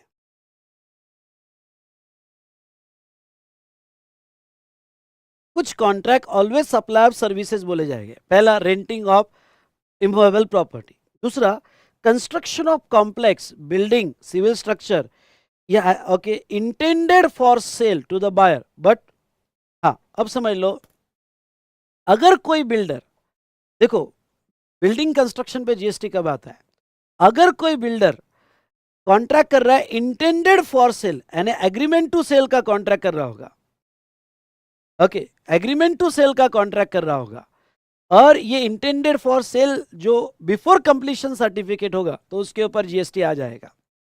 यानी आपने कोई फ्लैट खरीदा और आपने फ्लैट एडवांस बुकिंग में खरीदा, आपने कोई शॉप खरीदी, ऑफिस खरीदा और एडवांस बुकिंग में खरीदा, तो उसके ऊपर जीएसटी आ जाएगा। But in following case it shall not be treated as supply। कौन सा? when entire consideration has been received after completion certificate or first occupation whichever is earlier। मतलब क्या? लेकिन अगर आपका एंटायर कंसिडरेशन जो है, आपने कोई फ्लैट खरीदा, ऑफिस खरीदा, शॉप खरीदा और जिसमें आप पैसा कंप्लीशन के बाद दे रहे हो, पैसा कंप्लीशन के बाद दे रहे हो, तो वो केस में बेटा जीएसटी नहीं आएगा, वो सेल ऑफ बिल्डिंग बोला जाएगा। लेकिन प्रोजेक्ट कंप्लीशन के पहले, यानी कंप्लीशन सर्टिफिकेट के पहले अगर आपने बुक किया तो उसके ऊपर जीएसटी आ जाएगा। एग्जाम्पल के तौर पे समझ लो, आप कोई फ्लैट खरीद रहे हो 4th फ्लोर पे, 5th फ्लोर पे, या शॉप खरीद रहे हो, ओके वो फ्लैट की वैल्यू है 80 लाख रुपीस। अब 80 लाख में आपने कंप्लीशन के पहले, ओके बिफोर कंप्लीशन आपने 40 लाख दे दिया, 20 लाख दे दिया एडवांस में, और 20 लाख आफ्टर कंप्लीशन दिया, तो ऐसे सिचुएशन में अगर आपने पहले 1 रुपया भी दे दिया ना, तो आपके ऊपर जीएसटी आ जाएगा और यहाँ पे वैल्यू 80 लाख मानी जाएगी। सुनिएगा, यहाँ पे वैल्यू 80 लाख मानी जाएगी और टोटल 80 लाख पे यहाँ पे जीएसटी आ जाएगा भाई साहब, टोटल 80 लाख पे जीएसटी आ जाएगा। दूसरा एग्जाम्पल, अगर आपने पहले 1 रुपया भी दे दिया, तो 1 रुपया भी पहले दे दिया तो भी जीएसटी आ जाएगा। जीएसटी कब नहीं आएगा? ओके जब आपने entire consideration after completion certificate और फर्स्ट ऑक्यूपेंसी आफ्टर दिया, तो वो केस में आपके ऊपर जीएसटी नहीं आएगा। ये समझ में आया क्या आपको? ये समझ में आया क्या आपको? प्लीज बताओ। ओके तो ये था यहाँ पे बुकिंग कंप्लीशन सर्टिफिकेट के पहले या फर्स्ट ऑक्यूपेंसी के पहले अगर आपने 1 रुपया भी दे दिया तो जीएसटी आएगा। जीएसटी बचाना है तो फिर कंप्लीशन होने के बाद खरीदो तो वो सेल ऑफ बिल्डिंग मानी जाएगी और उसके ऊपर जीएसटी नहीं आएगा। समझा होगा तो जोर से बोलो यस सर। उसके बाद में temporary transfer of IPR, temporary transfer of IPR intellectual property rights. अगर कोई इंटेलेक्चुअल प्रॉपर्टी राइट्स है, जैसे कॉपीराइट्स है, पेटेंट है, ट्रेडमार्क है, और आपने किसी को टेम्पररी दिया जिसका रॉयल्टी लिया, तो अगर आपने टेम्पररी दिया और उसका रॉयल्टी लिया होगा तो वो सिचुएशन में यहाँ पे वो जो रॉयल्टी मिला होगा वो सप्लाई ऑफ सर्विस माना जाएगा और उसके ऊपर जीएसटी आ जाएगा। नहीं ऐसा क्यों? ओके उसके ऊपर जीएसटी आ जाएगा अगर टेम्पररी इंटेलेक्चुअल प्रॉपर्टी राइट्स आपने दिए। उसके बाद में development designing programming, just minute बेटा, हाँ उसके बाद में मैं बता देता हूँ। Development designing programming adaptation of information technology software. अगर आप किसी को सॉफ्टवेयर बना के दे रहे हो, डेवलप करके दे रहे हो, प्रोग्राम करके दे रहे हो, ओके एडॉप्टेशन उसमें करके दे रहे हो, तो वो सप्लाई ऑफ सर्विस माना जाएगा। लेकिन यहां पे ख्याल रखना कि अगर आपने प्री पैक सॉफ्टवेयर यानी रेडी सॉफ्टवेयर दिया, I repeat pre pack software यानी रेडी सॉफ्टवेयर दिया, तो वो सप्लाई ऑफ गुड्स होगा।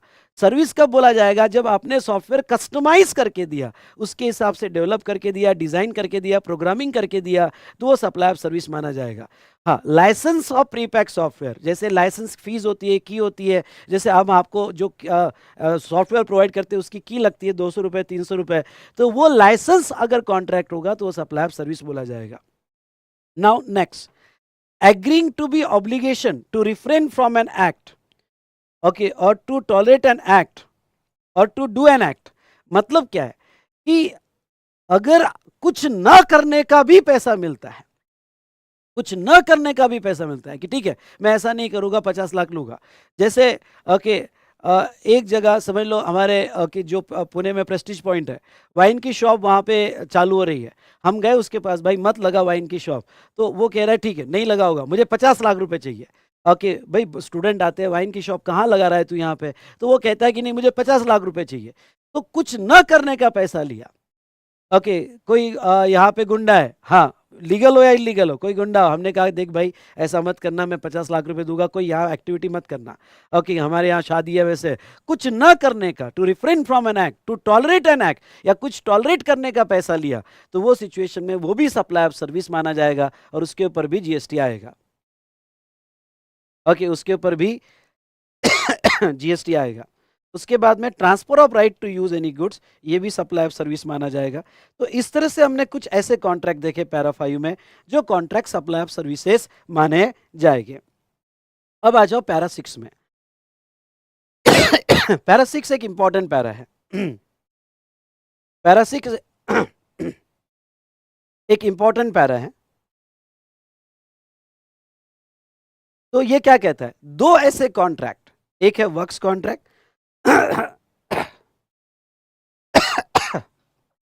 जस्ट अ मिनट, एक है वर्क्स कॉन्ट्रैक्ट और दूसरा रेस्टोरेंट कैटरिंग और अदर सर्विस। दो ऐसे कॉन्ट्रैक्ट जो कंपोजिट है, जिसमें गुड्स भी है और सर्विस भी है। वर्क्स कॉन्ट्रैक्ट जिसमें गुड्स भी है और सर्विस भी है, ये contract always supply of service माने जाएंगे, ऑलवेज सप्लाई ऑफ सर्विस माने जाएंगे, गुड्स कितना भी डोमिनेंट हो। अभी वर्क्स कॉन्ट्रैक्ट यानी क्या? वर्क्स कॉन्ट्रैक्ट यानी building, installation, maintenance, construction, fitting out, renovation, fabrication, improvement etcetera of immovable property. बहुत सी बार एक कॉन्ट्रैक्टर जो है इमूवेबल प्रॉपर्टी का कंस्ट्रक्शन कॉन्ट्रैक्ट ले लेता है, जिसमें गुड्स भी उसका, सर्विस भी उसकी। रिपेयर्स कॉन्ट्रैक्ट ले लेता है, जिसमें गुड्स भी उसका, सर्विस की होगी। उसको वर्क कंप्लीट करके देना है और उसने वर्क्स कॉन्ट्रैक्ट लिया। अगर उसने वर्क्स कॉन्ट्रैक्ट लिया होगा जो कॉन्ट्रैक्ट गुड्स प्लस सर्विस का है और इमूवेबल प्रॉपर्टी पे है, तो वो contract always supply of service माना जाएगा। दूसरा दूसरा यहाँ पे रेस्टोरेंट कैटरिंग और any supply of service where food drink is supplied, मतलब रेस्टोरेंट हो, कैटरिंग हो या कोई भी सर्विस जहाँ कि फूड सप्लाई हो रहा है, ड्रिंक सप्लाई हो रहा है अदर देन अल्कोहल, उसमें फूड कितना भी एलिमेंट हो, पर पूरा कॉन्ट्रैक्ट सप्लाई ऑफ सर्विस माना जाएगा। तो दो ऐसे कॉन्ट्रैक्ट जिसमें गुड्स प्लस सर्विस के कॉन्ट्रैक्ट है, बंडल है, कंपोजिट सप्लाई है, पर वो contract always supply of services माने जाएंगे। तो इस तरह से हमने शेड्यूल 2 देखा और शेड्यूल 2 में हमने क्लासिफिकेशन देखा कि कब आपका कॉन्ट्रैक्ट सप्लाई ऑफ गुड्स में जाएगा और कब आपका कॉन्ट्रैक्ट सप्लाई ऑफ सर्विसेज में जाएगा। I hope you understood, yes और नो? Very good. चलो उसके बाद में यहां तक समझाओगा, शेड्यूल 2 समझाओगा तो जोर से लाइक ठोको। ओके, देखो ये मैं आपको कह देता हूं, ये रिवीजन है बेटा। अगर आप ये सोच रहे होगे कि मैं लॉजिक बताऊं क्यों आया, तो भाई साहब फिर आपको जो है मेरा एग्जाम ओरिएंटेड या रेगुलर बैच लगाना पड़ेगा। ओके, ये रिवीजन है, इसमें मैं एक्सपेक्ट करके आता हूँ कि आपने पढ़ा होगा और मैं आपको पूरा ब्रशअप करके दे रहा हूँ। ओके, या फिर ओके आपको लिंक लगा के दे रहा हूँ सो दैट आप कनेक्ट हो जाओ सब्जेक्ट से और फटाफट रिवीजन कर लो। यस और नो? बेटा रिस्पॉन्स देने का अभी क्वेश्चन एंटरटेन हम एंड में करेंगे, अभी नहीं करेंगे। अब लाइव तो रिस्पॉन्स ही नहीं आ रहा है, ये क्या कोई क्वेश्चन हुआ? ओके, मैं जो है ये हम बाद में देखेंगे, ठीक है? चलिए, तो अब यहां पे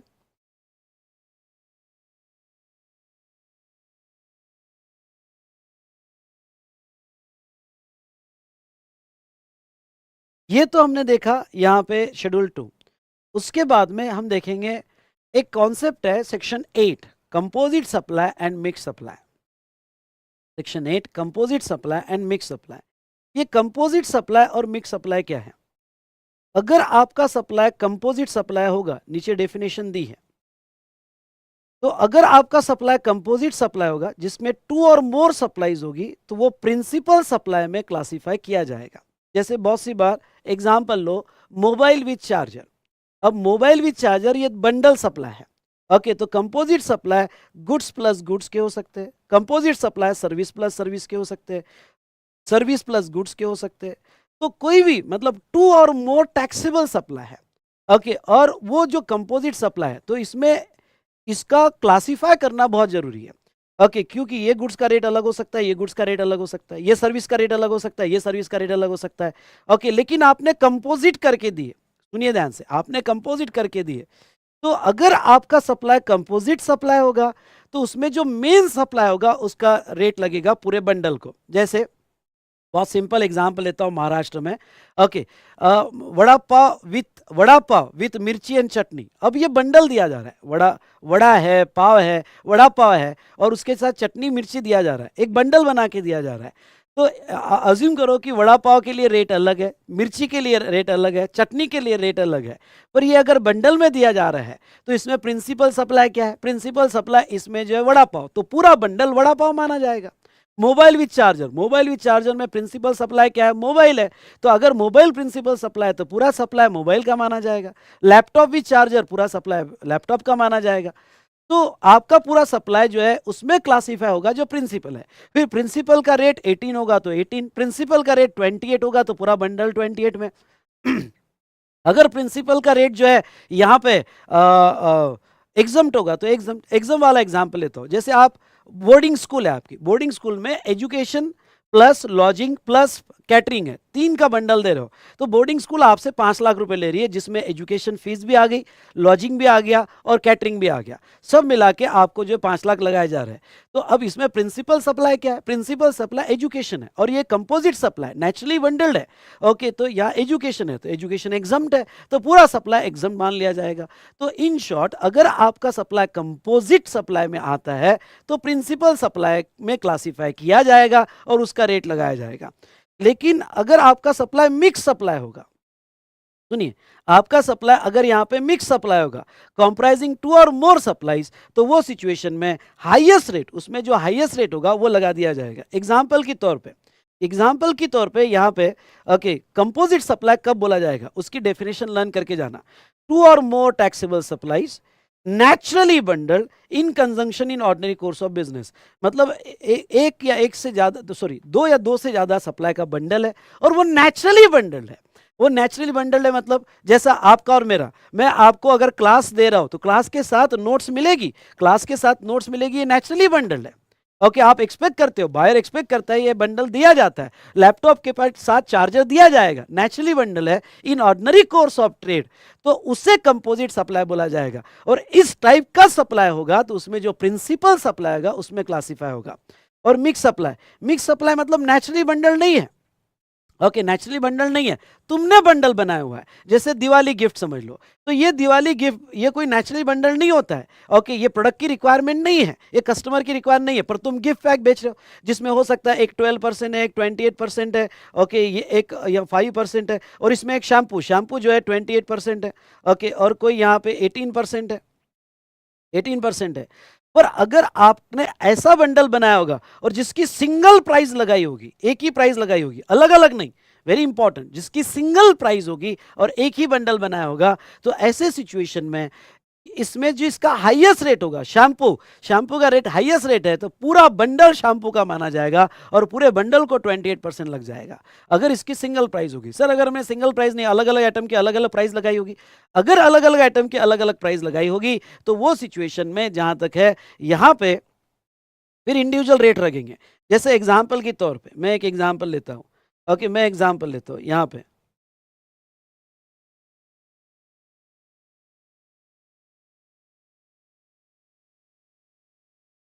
हाँ एग्जाम्पल ले रहा हूँ। जैसे रिलायंस फ्रेश पुणे ने टैक्स इनवॉइस बनाया, ओके, और किसी के नाम का बनाया, और यहाँ पे हर आइटम का गिफ्ट किट बनाई जिसमें कैन एंड फूड अलग रेट दिया है, स्वीट्स अलग रेट दिया है, चॉकलेट अलग रेट दिया है, केक अलग रेट दिया है, ड्राई फ्रूट्स अलग अलग रेट्स दिए है और इसका प्राइजेस भी अलग दिए। अगर प्राइजेस अलग दिए है तो इनके ऊपर जीएसटी भी अलग अलग लगेगा। लेकिन अगर इसका सिंगल प्राइस दिया जाता, समझ लो ये अलग अलग नहीं दिया जाता, सुनो ये अलग अलग नहीं दिया जाता और एक ही बिल दिया जाता है, एंटायर किट 5000, भाई साहब एंटायर किट 5000 सिंगल प्राइस में होता, अलग अलग नहीं होता, तो फिर जिसका हाईएस्ट रेट है, शैम्पू का हाईएस्ट रेट है, तो हाईएस्ट रेट से जीएसटी आ जाता। तो गवर्नमेंट कहती है सिंगल प्राइस दोगे तो हाईएस्ट लेंगे, अलग अलग दोगे तो अलग अलग रेट लगाएंगे। समझा क्या भाई? ओके समझा क्या भाई? अगर समझा होगा तो ऐसे केस में हाँ बोलो, समझा होगा तो हाँ बोलो। ये हुई ना बात, या मजा आया ना? तो मिक्स सप्लाई होगा जो, ओके मिक्स सप्लाई मतलब क्या? तो मिक्स सप्लाई मतलब वो एक साथ दिया जा रहा है, सिंगल प्राइस पे दिया जा रहा है, और वो कंपोजिट सप्लाई नेचुरली बंडल नहीं है, तो वो केस में हाईएस्ट रेट लगेगा। ओके समझा होगा तो लाइक ठोको जोरदार। तो ये हमने देखा regarding to composite supply and mix supply. ठीक है, यहां पे हमारा सेक्शन 7 और सेक्शन 8 जो है खत्म होता है और यहां पे हमारा पूरा चैप्टर खत्म हो जाता है। इस तरह से हमने सेक्शन 7 और 8 देख लिया। चलो कुछ इंपॉर्टेंट क्लैरिफिकेशंस देख लेते हैं। ओके फटाफट क्लैरिफिकेशन बता देता हूं। ओके क्लैरिफिकेशन ये है कि सवाल ये था कि बहुत सी बार कन्वेंस जो है, ओके अब ये क्लैरिफिकेशन तो बेटा मैं थोड़ा फास्ट में ही लूँगा, अगर आपको पढ़ने तो फिर रेगुलर बुक पढ़नी पड़ेगी। ठीक है, मैं ये समझा देता हूँ। कन्वेंस होगा, ओके अब देखो आपका कन्वेंस होगा, जैसे ट्रक हुआ, बस हुआ, कार हुआ, और वो कन्वेंस आपका एक ब्रांच से दूसरे ब्रांच में जा रहा है, डीडीपी सप्लाई हो रहा है। तो अगर आपका कन्वेंस एक ब्रांच से दूसरे ब्रांच में जा रहा है तो वो सिचुएशन में कन्वेंस पे जीएसटी नहीं आएगा। लेकिन अगर आपके दूसरे ब्रांच पे रिपेयर सर्विस होगी तो रिपेयर सर्विस पे जीएसटी आ जाएगा, या फिर आपका जो कन्वेंस जा रहा है as a supply of goods जा रहा है, क्योंकि आपका कन्वेंस सिर्फ फिनिश गुड्स है और वो बेचने के लिए जा रहा है तो जीएसटी आएगा। लेकिन अगर आपका कन्वेंस सिर्फ गुड्स ट्रांसपोर्टेशन के लिए यूज होगा तो उसके ऊपर जीएसटी नहीं आएगा। ओके सर थोड़ा समझा थोड़ा नहीं समझा, इसके लिए रेगुलर बुक पढ़ लेना, मैं ये जस्ट रिवाइज कर सकता हूँ। ओके क्योंकि ये क्लैरिफिकेशन समझाने में आधी आधी घंटा लेता हूँ भाई। ओके तो मैं तो यहाँ सिर्फ रिवाइज कर सकता हूँ, अगर आपको क्लिक होता है तो अच्छी बात है। उसके बाद में सेम प्रिंसिपल रिग्स क्रेन को लगते हैं। कन्वेंस के साथ अगर कोई टूल्स और क्रेन जाती है, ओके तो वो भी अगर डीडीपी ट्रांसफर हो रहा है तो उसके ऊपर भी जीएसटी नहीं आएगा। लेकिन वो रिपेयर के लिए जा रहा होगा तो रिपेयर सर्विस पे जीएसटी आएगा, रिपेयर सर्विस पे जीएसटी आएगा। उसके बाद में प्रिंसिपल और एजेंट, ओके तो ये मैंने कवर कर लिया कि भाई इनवॉइस किसका है। इनवॉइस अगर एजेंट का होगा तो स्टॉक ट्रांसफर पे जीएसटी आएगा बिटवीन प्रिंसिपल टू एजेंट, लेकिन अगर इनवॉइस यहाँ पे प्रिंसिपल का है तो जीएसटी नहीं आएगा। हाँ ये एक सर्कुलर इंपॉर्टेंट है, placing of name plate. Placing of name plate मतलब क्या? जैसा ये वाला एग्जाम्पल मैं आपका ले लेता हूँ, हाँ ये वाला एग्जाम्पल आपका ले लेता हूँ, प्लेसिंग ऑफ नेम प्लेट। समझ लो यहाँ पे एक चैरिटेबल ट्रस्ट है, ये आ सकता है एग्जाम में, नेम प्लेट वाला एक चैरिटेबल ट्रस्ट है, और ओके यहाँ पे मैं हूँ, ओके यहाँ पे मैं हूँ। अब ये चैरिटेबल मेरे पास आई और सर हमें वॉलंटरी डोनेशन करो, हम स्कूल मान रहे हैं, ओके हम यहाँ पे स्कूल मान रहे हैं और हमें वॉलंटरी डोनेशन करो। मैंने इनको वॉलंटरी डोनेशन कर दिया और मैंने डोनेशन किया यहाँ पे ओके 50 लाख का, कि चलो भाई ये स्कूल में 2 रूम मेरी होगी। इन्होंने क्या किया, पैसा मैंने दिया, इनको पैसा मिला, वॉलंटरी डोनेशन किया। इन्होंने just as a act of philanthropy, कुछ याद होगा तो, एक्ट ऑफ फिलॉन्थ्रॉफी या ग्रेटिट्यूड, जस्ट मेरा नाम लिख दिया, जिसमें मेरे कोई बिजनेस को प्रमोशन नहीं है, जस्ट एक्ट ऑफ फिलॉन्थ्रॉफी है। तो अब ऐसे सिचुएशन में क्या मैं आपको बताना चाहूंगा, अगर ये एक्ट ऑफ फिलॉन्थ्रॉफी है और बिजनेस को कोई यहाँ पे प्रमोशन वगैरह नहीं है, तो ये जो है ये सप्लाई फॉर कंसिडरेशन नहीं है। अब एक वर्ड आएगा, ओके और वो वर्ड आएगा क्विड प्रो क्वो, ओके मतलब समथिंग इन समथिंग रिटर्न। मतलब क्या, जीएसटी कब आता है? जब आपको पैसा मिला फॉर सम सप्लाई, मतलब आपको पैसा मिला फॉर सम ऑब्लिगेशन, तो सप्लाई फॉर कंसिडरेशन होना जरूरी है, सप्लाई फॉर कंसिडरेशन होना जरूरी है, मतलब क्विड प्रो क्वो होना जरूरी है, तो ही जीएसटी आएगा। समझ लो मुझे पैसा मिला पर मैं कोई ऑब्लिगेशन में नहीं हूं, कॉन्ट्रेक्चुअल रेसिप्रोसिटी नहीं है, कोई ऑब्लिगेशन में नहीं हूं, तो जीएसटी नहीं आएगा। हाँ पैसा मिला और उसके अगेंस्ट में मुझे कुछ करना पड़ेगा तो जीएसटी आएगा। समझ लो मैं बोलता कि नहीं नहीं नहीं वी स्मार्ट का नाम लगाओ, मेरे बिजनेस को प्रमोट करो, ओके वहां लोग आएंगे तो वी स्मार्ट का नाम दिखना चाहिए, तो फिर ओके मेरे पे ऑब्लिगेशन आ गया, फिर ये सप्लाई फॉर कंसिडरेशन होगा, फॉर जीएसटी आएगा। इसलिए अगर जस्ट नेम प्लेट लगाई जा रही है पर उसमें कोई ऑब्लिगेशन नहीं है, क्विड प्रो क्वो नहीं है, समथिंग इन समथिंग रिटर्न में नहीं है, तो वो वॉलंटरी डोनेशन पे जीएसटी नहीं आएगा। ओके, समझा होगा तो 1 टाइप करो, समझा होगा तो 1 टाइप करो। तो ये जो है हमने यहाँ पे देखा। उसके बाद में टेनेंसी राइट्स वाला, टेनेंसी राइट पे जीएसटी आता है, ये आपने पढ़ लेना टेनेंसी राइट वाला। ओके, हाँ, book printing brochure, book printing brochure, okay, printing करना, बुक प्रिंट करना, पैम्पलेट प्रिंट करना, ब्राउचर प्रिंट करना, ये सप्लाई ऑफ सर्विस है, क्योंकि मेन कंटेंट किसी और का है, बुक का, उसके ऊपर हम प्रिंटिंग कर रहे हैं, उसके ऊपर हम प्रिंटिंग कर रहे हैं, तो सप्लाई ऑफ सर्विस होगा। लेकिन इन्वोलप लेटर कार्ड हम बना रहे हैं और सिर्फ सामने वाले का लोगो यूज कर रहे हैं, पर इन्वोलप मैंने बनाया, लेटर कार्ड मैंने बनाया, प्रिंटेड बॉक्स मैंने बनाया, सिर्फ लोगो यूज कर रहा हूं सामने वाले का, तो ये जो है इसमें मेन कंटेंट गुड्स का है, तो सप्लाई ऑफ गुड्स माना जाएगा। उसके बाद में नेक्स्ट अगर आते हैं तो यस, ये कॉन्ट्रैक्ट, ये वाला पार्ट में थोड़ा समझा देता हूं, ये वाला पार्ट में समझा देता हूं, ये clarification, contractual relationship between supplier and recipient, थोड़ा ये समझ लो, हाँ, थोड़ा अच्छे से समझ लो, एग्जाम में आया तो ठीक, मुझे नहीं लगता कि एग्जाम में आएगा, पर समझ लो।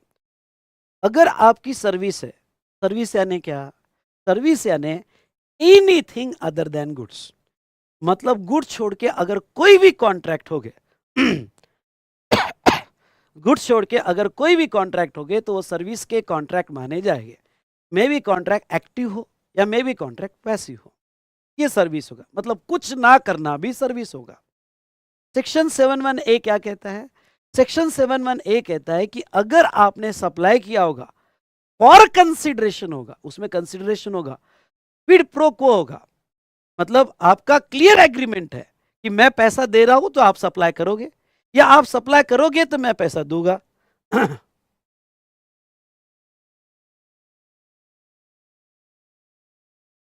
ठीक है, तो कॉन्ट्रेक्चुअल रिलेशनशिप है, तो सॉरी तो कॉन्ट्रेक्चुअल रिलेशनशिप है, मतलब क्या कि सप्लाई होगा तो पैसा मिलेगा, या पैसा मिलेगा तो सप्लाई करना पड़ेगा, तो सप्लाई फॉर कंसिडरेशन होगा तो जीएसटी आएगा। अब हम शेड्यूल 2 पैरा 5E पर बात करते हैं। शेड्यूल 2 पैरा 5E कहता है agreeing to an obligation sorry agreeing to an obligation to refrain from an act, to tolerate an act, to do an act, मतलब जस्ट मिनट बेटा,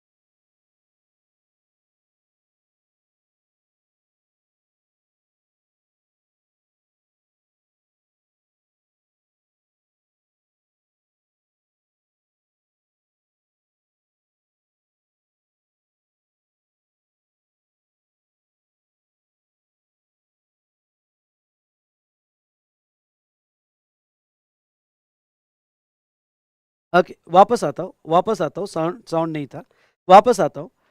अब देखो, वापस आता हूँ, हमने शेड्यूल 2 पैरा 5E में क्या देखा, to refrain from an act, to tolerate an act, to do an act, ये सप्लाई ऑफ सर्विस माने जाएंगे, पर कब सर्विस माने जाएंगे और कब नहीं माने जाएंगे।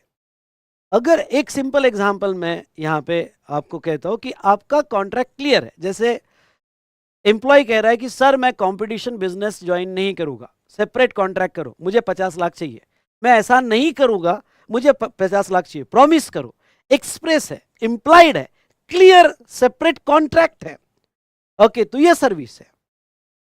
समझ लो बाजू में कंस्ट्रक्शन चालू है, मेरे यहाँ मटेरियल गिर रहा है, ओके, बाजू में कंस्ट्रक्शन चालू है और मेरे यहाँ मटेरियल, मेरे बिल्डिंग पे मटेरियल गिर रहा है, मैंने उसके ऊपर ऑब्जेक्शन उठाया कि देख भाई ओके बंद कर दे रहा कंस्ट्रक्शन, ओके पूरा यहाँ पे मटेरियल कचरा पड़ता है, तो उसने मेरे को 20 लाख रुपए दिए, सर टॉलरेट करो और मैंने कहा चल ठीक है, कॉन्ट्रैक्ट बना। ओके उसने 20 लाख रुपए दिए और कॉन्ट्रैक्ट बनाया कि आपको टॉलरेट करना पड़ेगा। ये सेपरेट इंप्लाइड प्रॉमिस है, एक सेपरेट कॉन्ट्रैक्ट है, मेन चीज ही वही है, तो फिर इसके ये सर्विस माना जाएगा और इसके ऊपर जीएसटी आएगा। लेकिन कभी कभी क्या होता है, कभी कभी जो है कुछ चीजें कंपेंसेशन होगा, डैमेजेस होगा, हमें देने पड़ते हैं, पर वो डिसाइडेड नहीं है। अब डिसाइडेड नहीं है मतलब क्या, लिक्विडेट डैमेजेस। जैसे मैंने रोड कंस्ट्रक्शन कॉन्ट्रैक्ट लिया और रोड कंस्ट्रक्शन कॉन्ट्रैक्ट में मैंने विद इन टाइम कंप्लीट नहीं किया, हाँ मेरा परफॉर्मेंस था रोड कंस्ट्रक्शन कॉन्ट्रैक्ट, और वो विद इन टाइम कंप्लीट नहीं किया इसलिए मुझे कंपेंसेशन देना पड़ रहा है। तो या ट्रैफिक पुलिस ने सिग्नल तोड़ा, पहले से प्रॉमिस नहीं था, पहले से एग्रीड नहीं था कि सर आरटीओ का आपने कहा मैं आऊंगा सिग्नल तोड़ूंगा, हमारा कॉन्ट्रैक्ट करो और पैसा लेना मेरे से, नहीं, ट्रैफिक पुलिस ने आपसे फाइन ली, चार्जेस लिए, वो मियरली एन इवेंट है जो अग्रीड नहीं थे, बस कोई कोर्स में एक इवेंट आ गया जिसकी पेनल्टी लग गई, जिसकी फाइन लग गई, जिसका आपको कंपेंसेशन लग गया, तो वो सर्विस नहीं माना जाएगा। अगर आपको टॉलरेंस पे, रिफ्रेनिंग पे जीएसटी लगाना है और सर्विस कहना है तो वो सेपरेट कॉन्ट्रैक्ट होना चाहिए। अगर जस्ट कोई एक इवेंट जनरेट हो गया in the performance of agreement तो वो सप्लाई ऑफ सर्विस नहीं माना जाएगा। अगर किसी को ये चार्ट बनाना है तो ये स्क्रीन पॉज करके या स्क्रीनशॉट लेके बाद में ये चार्ट बना सकता है। Okay for refraining and tolerance, या स्क्रीनशॉट लेके या पॉज करके बाद में भी ये सेव रहेगा लेक्चर, तो आप चार्ट बना सकते हो। डन। तो ये जो हमने देखा यहाँ पे रिफ्रेनिंग और टॉलरेंस की बात की हमने, तो ये कुछ क्लैरिफिकेशंस थे, बाकी तो आप पढ़ सकते हो, बाकी ऐसे कोई इंपॉर्टेंट नहीं है। ओके एक रेस्टोरेंट सर्विस जो सिनेमा हॉल में दिया गया, यह अभी का एक क्लैरिफिकेशन है। ओके सिनेमा हॉल में रेस्टोरेंट सर्विस दिया गया, तो वो केस में अगर आपके टिकट के साथ फूड होगा तो वो कंपोजिट सप्लाई है, तो वो टिकट के रेट में क्लासीफाई होगा, और अगर टिकट के साथ फूड नहीं होगा, अलग से बेचा गया होगा, तो वो as a restaurant service classify होगा। ये मैंने अमेंडमेंट में कवर किया है। तो चलिए दोस्तों, यहाँ हमारा डिस्कशन खत्म होता है पहला चैप्टर, और वो है कॉन्सेप्ट ऑफ सप्लाई। तो दोस्तों मैं सभी को ये कहना चाहूँगा यहाँ पे कि यस अमेंडमेंट का लेक्चर मैं आज रात को या कल मॉर्निंग में अपलोड कर दूंगा, ठीक है। तो यहाँ पे वो लेक्चर जरूर देख लेना। आज हो गया रेडी हो गया, नोट्स भी बन गई है, वो लेक्चर आपने जरूर देख लेना। अमेंडमेंट्स मैंने बहुत अच्छे से एक्सप्लेन की है, ओके, तो वो आपने जरूर देख लेना। इसके बाद का आपका सेशन जो रहेगा, इसके बाद का सेशन यहाँ पे, हाँ अब जो है कल मैंने शेड्यूल पूरा बना के दिया है, डिस्क्रिप्शन में लिंक दी है, आपको हमारे वेबसाइट पे ये बैच के लिए रजिस्टर करना है जो कम्प्लीटली फ्री है, आरआर रिवीजन, और आपका लॉगिन क्रिएट होगा और लॉगिन में आपको नोट्स और शेड्यूल भी मिल जाएगा। तो अब कल जो है हमने लेवी सॉरी हाँ, इसके बाद में आपका जो यहाँ पे लेक्चर रहेगा, वो लेक्चर शेड्यूल के हिसाब से मैं बता दूं, थोड़ा चेंज हुआ इसके अंदर। अच्छा आपने शेड्यूल देख लेना, मैं अकॉर्डिंगली अपडेट कर दूंगा, शायद प्रोबेबली अब लेक्चर जो है 25 को रहेगा नेक्स्ट सेशन। ओके एक बार देख लेना और शेड्यूल देख लेना, मैं शेड्यूल पे अपडेट कर दूंगा, ठीक है। तो अब दोस्तों यहाँ पे मैं आपको बता दूं, जो भी लेक्चर रिवीजन के हो गए वो यूट्यूब पे सेव रहेंगे। ये लेक्चर ओके कुछ लेक्चर्स में लाइव होगा, कुछ लेक्चर्स में कोई चैप्टर में कोई भी चेंज नहीं है, जैसे time of supply, value of supply, ये चैप्टर में कोई चेंज नहीं है, तो वो रिकॉर्डेड रहेगा। Okay value of supply, time of supply, okay time of supply sorry, value of supply तो मैं कवर करूंगा, टाइम ऑफ सप्लाई आपको जो है यहाँ पे ओके वो रिकॉर्डेड रहेगा, क्योंकि उसमें एक लाइन का भी चेंज नहीं है। तो ये पूरा शेड्यूल जो है मैंने आपके लॉगिन में दिया हुआ है, कौन से डेट को कैसा लेक्चर होगा वो आपके लॉगिन में दिया हुआ है। आप टेलीग्राम लिंक ज्वाइन कर लीजिए, मैं शेड्यूल आपको टेलीग्राम लिंक में भी शेयर कर दूंगा। हमारा रैपिड रिवीजन 4.0 का टेलीग्राम लिंक बनाया हुआ है जो डिस्क्रिप्शन में दिया है, तो वो आप ज्वाइन कर लो, आपको टाइम टू टाइम सारा अपडेट आते रहेगा।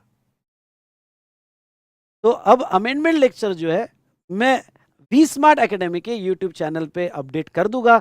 ओके आज रात को या कल सुबह आपने इमीडिएटली वो लेक्चर देख लेना है, ठीक है, देख लेना है और फिर मेरा रिवीजन कंटिन्यूटी में रखना है। तो अब यहाँ पे हमारा कॉन्सेप्ट ऑफ सप्लाई हुआ, उसके बाद में हमारा वैल्यू ऑफ सप्लाई और टाइम ऑफ सप्लाई होगा और फिर हम क्वेश्चन या डिस्कशन भी देखेंगे। ओके, सो लेक्चर वैसे तो हमारा 1.5 घंटे का है, लेकिन क्वेश्चन या डिस्कशन जब अपलोड होगा तो वो क्वेश्चन या डिस्कशन जो ऑलरेडी रिकॉर्डेड है वो हो सकता है 2 या 3 घंटे का हो। तो आपकी कंफर्ट के हिसाब से आपने क्वेश्चन या डिस्कशन देख लेना है, ठीक है। तो आपकी क्वेश्चन पे भी प्रैक्टिस अच्छे से हो जाएगी।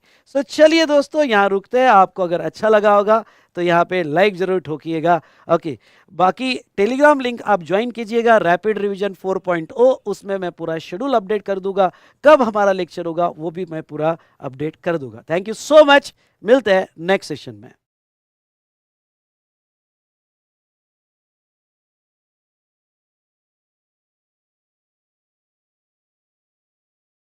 हाँ, अमेंडमेंट्स जो है मैं कहूँगा सभी लोग देख लो तो ज़्यादा अच्छा है।